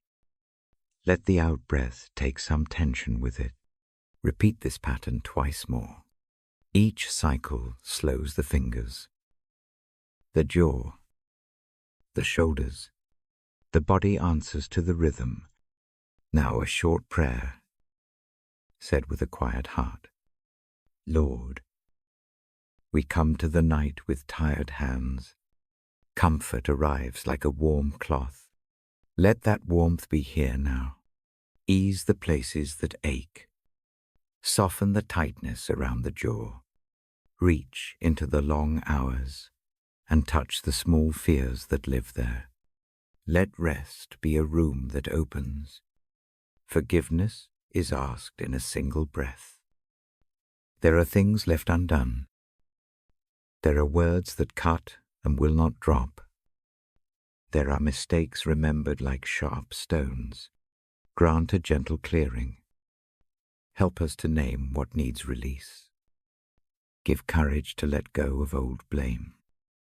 Help the heart forgive others in small steps. Help the heart forgive itself. For mercy is a right the tired deserve. Give strength as well. Not the loud strength that argues and demands. Give the quiet strength of hands that can loosen a grip. Teach the muscles of the chest to unfurl. Teach the mind to place one burden at a time into another's care. Show how to hand a single worry across. Make the trade simple, one small fear, one trusting breath, one brief handing over. For comfort, a picture comes easily. Imagine a lamp that will not go out. It shines for as long as it takes. Let that lamp be near the mind. Let its glow rest on the places that ache. If sleep does not come quickly, let the light be a steady companion. If dreams are heavy, place a soft cover over them. Let warmth be practical, a blanket, a neighbor's kindness, a short message that says you are seen, for forgiveness.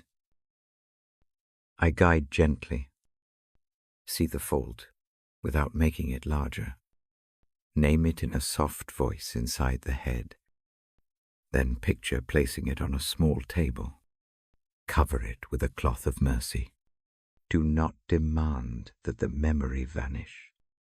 Let it be received and sheltered. The act of handing over is a literal relief.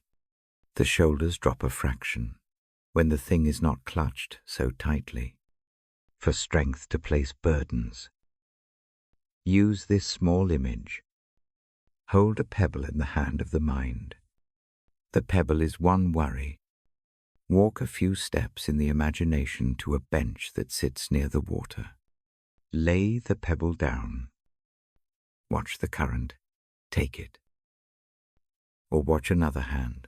Lift it and hold it steady. The motion is not symbolic alone. The body mirrors it. Muscles that had been rigid learn to relax. The mind repeats the pattern until the action becomes a habit. Ask also for the grace to accept help. Pride guards with clenched fingers. Pride says, I must carry this alone. Teach the hands to loosen.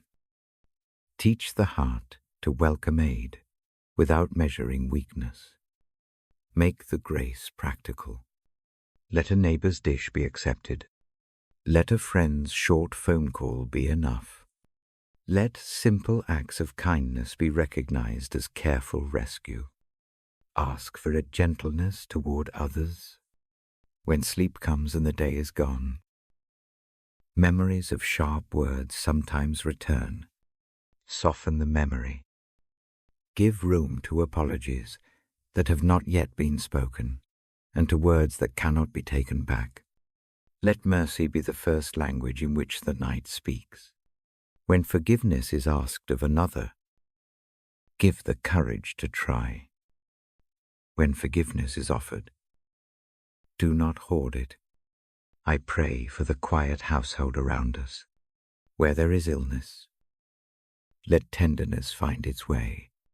Where there is loss, let small consolations arrive in sequence. An unexpected call, a small meal, a note left by the door. Where there is fear of the future, give a breath long enough to imagine a next right step. Give wisdom to decide what to do in the morning, and peace to sleep through the in-between. Prayer also asks for the healing of small things that wear thin. A broken evening routine. A knot in friendship. A habit that steals sleep. Show the slow repair. Let mending happen in plain measures, a phone call returned. A note of thanks. A willingness to spend 5 minutes in honest speech. Small mending is often the work that prepares the heart for true rest. If there is guilt, the prayer addresses it without shame. Guilt can be heavy and clinging. Name it. Offer it up. Ask for a path of repair, small and steady. Let restitution be practical where needed. Let the self be taught gentleness when action is not possible tonight. The night itself can be a teacher.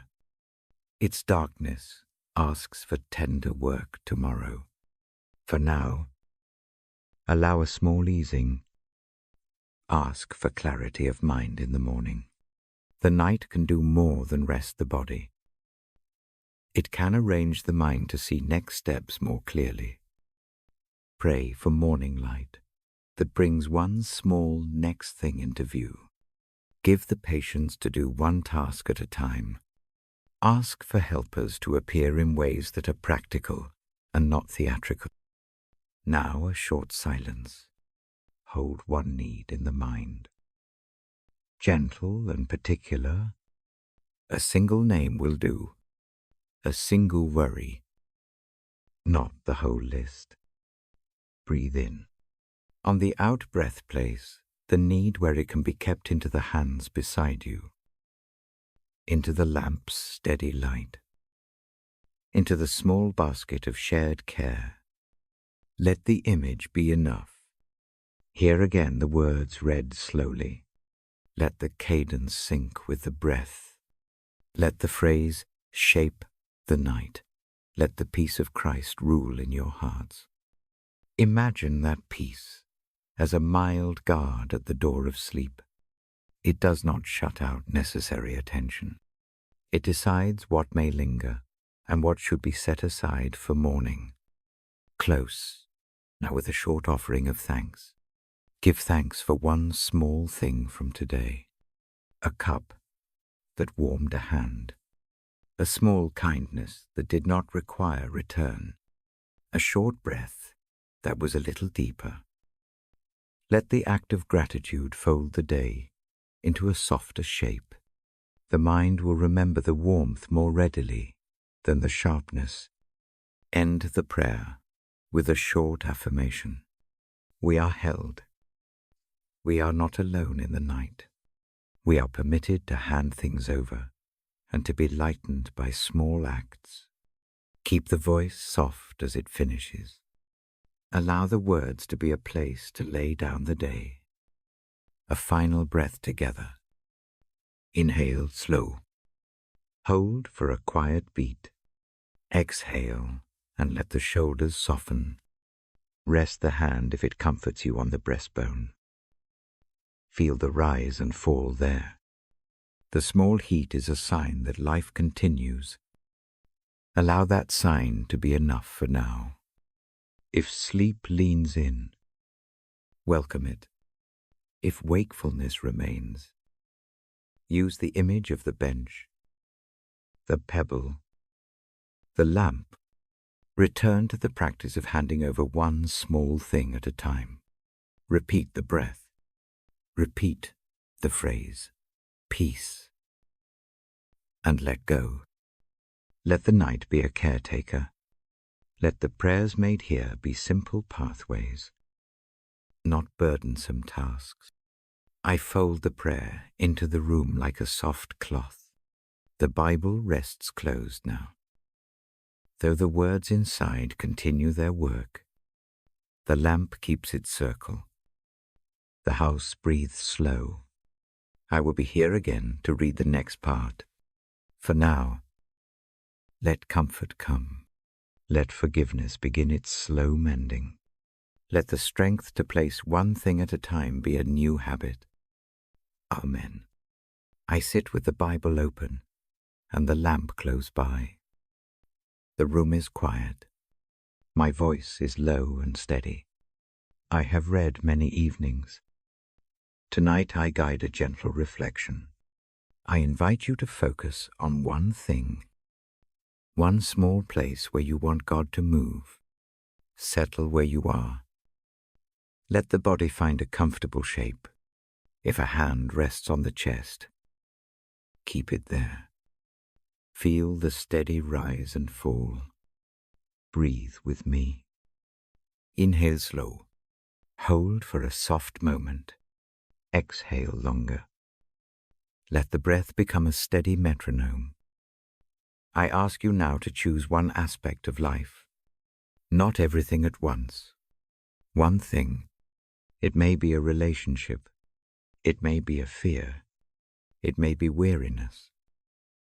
A decision. A health concern. A hope that feels fragile. Pick the single item that feels loudest tonight. Give it a name in your mind. One simple word will do.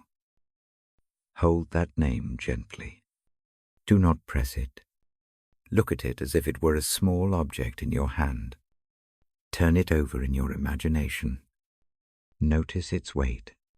Notice its texture. Notice where it presses in the body. Does it sit at the shoulders, at the throat, behind the eyes? Let the awareness be quiet and kind. Now imagine a small room inside you. It is warm and plain. A single window faces east. A wooden table sits beneath it. On the table there is a shallow bowl of water. The room is not crowded. It is a place where things can be set down. See the item you carry placed on the table. Do not force it. Allow it to rest there with calm. I place my hand on the Bible. The book is a simple companion. I read aloud so that words can be a steady thread. I do not read now. I keep the book close, because reading will come in the next part.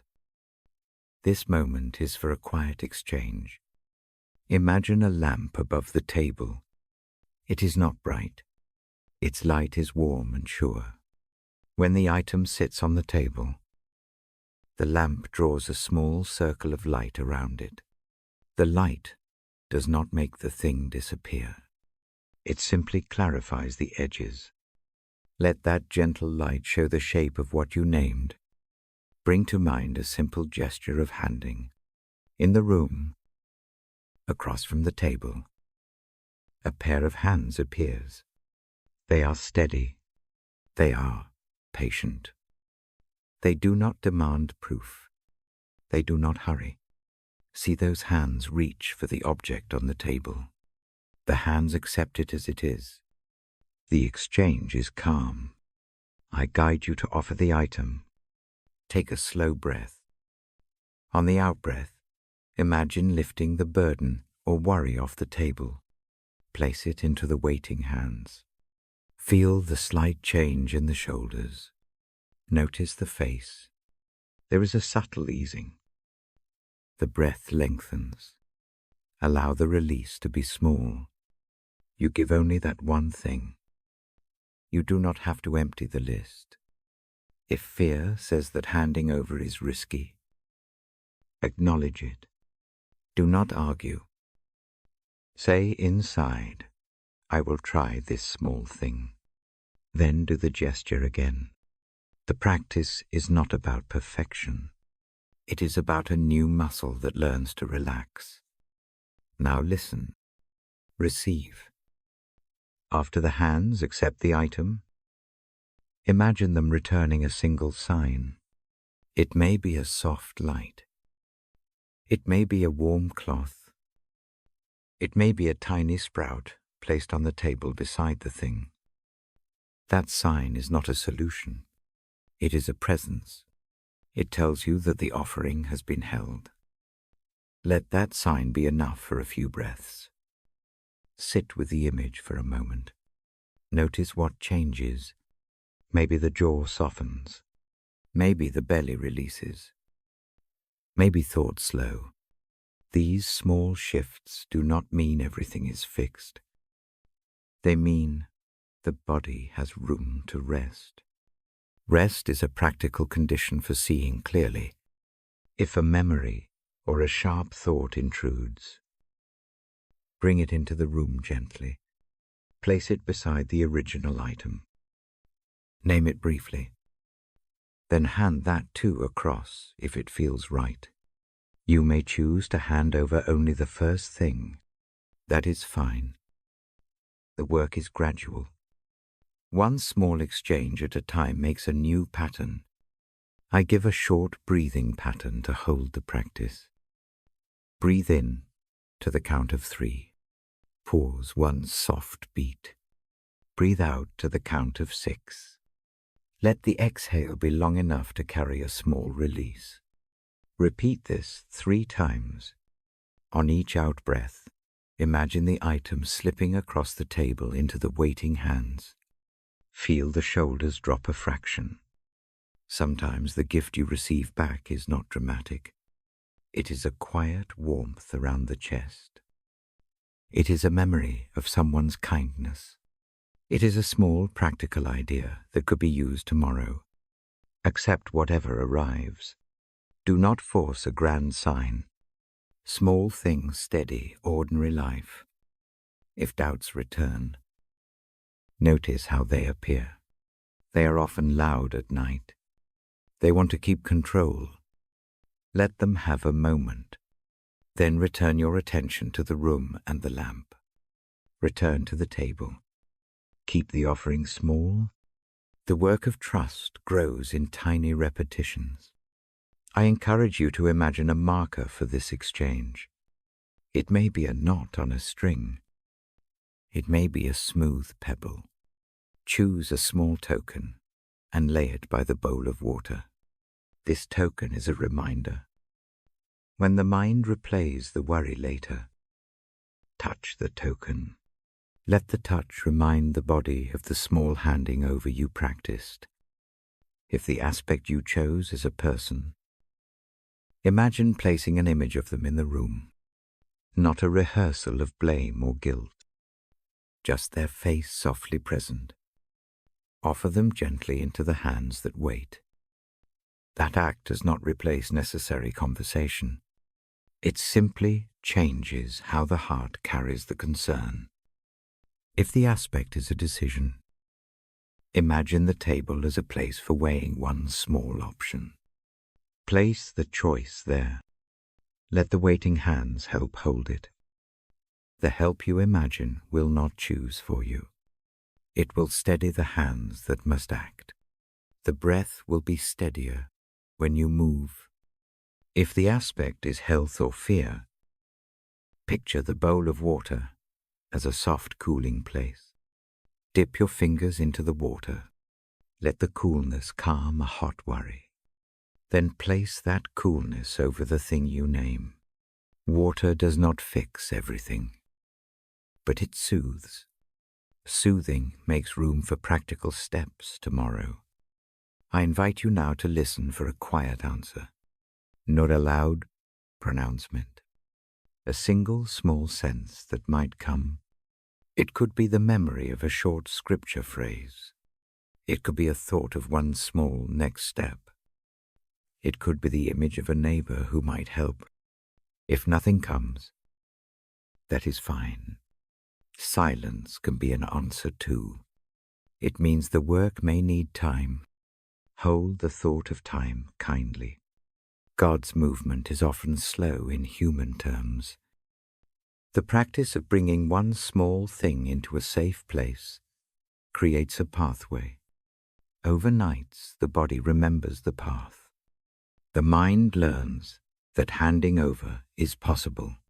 Help often arrives in simple sequences. A neighbor's kindness, a phone call, a step that becomes clearer in daylight. Now make a soft vow, if it helps. Noda demand, a small promise to yourself. I will hand over one small thing tonight. I will breathe and rest. I will try again tomorrow. A vow like this is a gentle training. It asks for patience. It asks for the same small courage used to place a pebble in a pocket. Keep the lamp in mind as a habit. Before sleep, Return to the small room. Place one thing on the table. Offer it. Receive the sign. Touch the token. Breathe. Over time, this simple act will live in the body. It will be a repair in quiet pieces. If sleep leans close now, allow it. Let the room you made hold the offering. Let the waiting hands keep it there for safekeeping. The night can be a partner in this work. While the body rests, the mind will continue to learn the pattern you began. If wakefulness remains, stay gentle. Repeat the breathing. Repeat the offering with the same calm. Do not rush to finish. Let the practice be the evening's shape. Keep the tone slow and kind. Let no hurry press you to greater feats.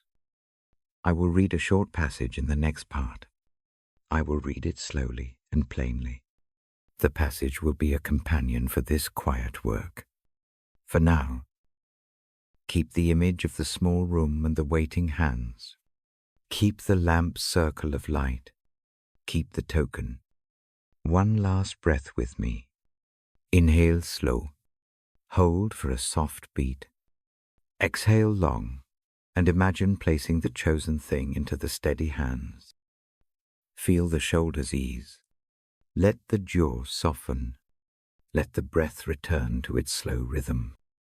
I close this reflection with a simple word of blessing. May the small work you began tonight rest in a kind keeping.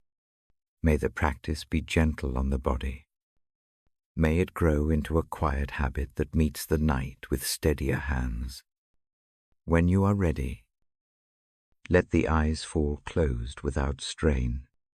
Trust the room you made to hold what you offered. I will be here in the next part with slow reading. The Bible will speak in soft cadence. The lamp will keep its warm pool. Rest when you are ready. I close the book with a slow hand. The lamp keeps its pool of light. My voice stays low. I have been with you a while. The night has bent toward quiet. The house breathes in small, even beats. I do not rush now.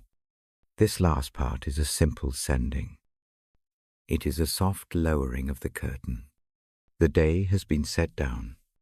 The heart has been given small tasks to practice.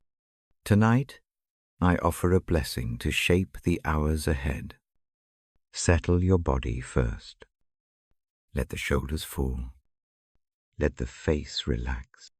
Place a hand where it rests easily. Feel the brief heat there. Let it be a small proof that life continues. Notice each breath as it arrives and leaves. Breathe as you did before. Inhale slow. Pause.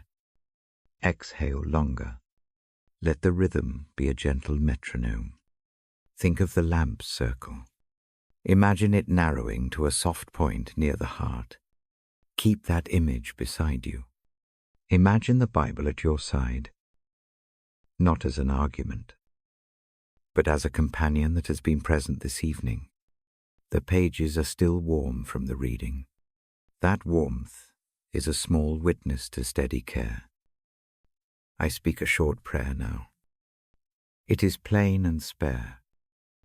If you prefer silence, keep it. Let the words be a cadence to rest by. Not the man, God of gentleness. Be near in this quiet hour. Let your peace move like a slow tide through every small space. Find the places that ache. Do not take them away by force. Soften them. Hold them. Make room for rest. May mercy come like a blanket. Not heavy but warm. May it cover worry without smothering hope. Let the hands that have carried much lay down their load a little. Show how to hand one small thing at a time into another's care. Teach the body to relax by degrees. Give the mind a pattern to follow.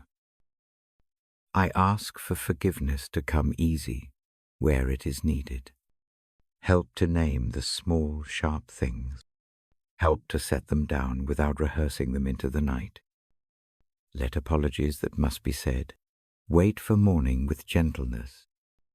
Let self-forgiveness enter like a soft rain. It does not excuse what went wrong. It gives space to mend. Bring comfort to the grieving places. Let tears that need to fall find an honest softness. If wakefulness brings the old heavy images, let them sit in a calm room with a quiet light. Let the heart know it is allowed to be tender. Comfort can be small. It can be a remembered hand. It can be a neighbor's care.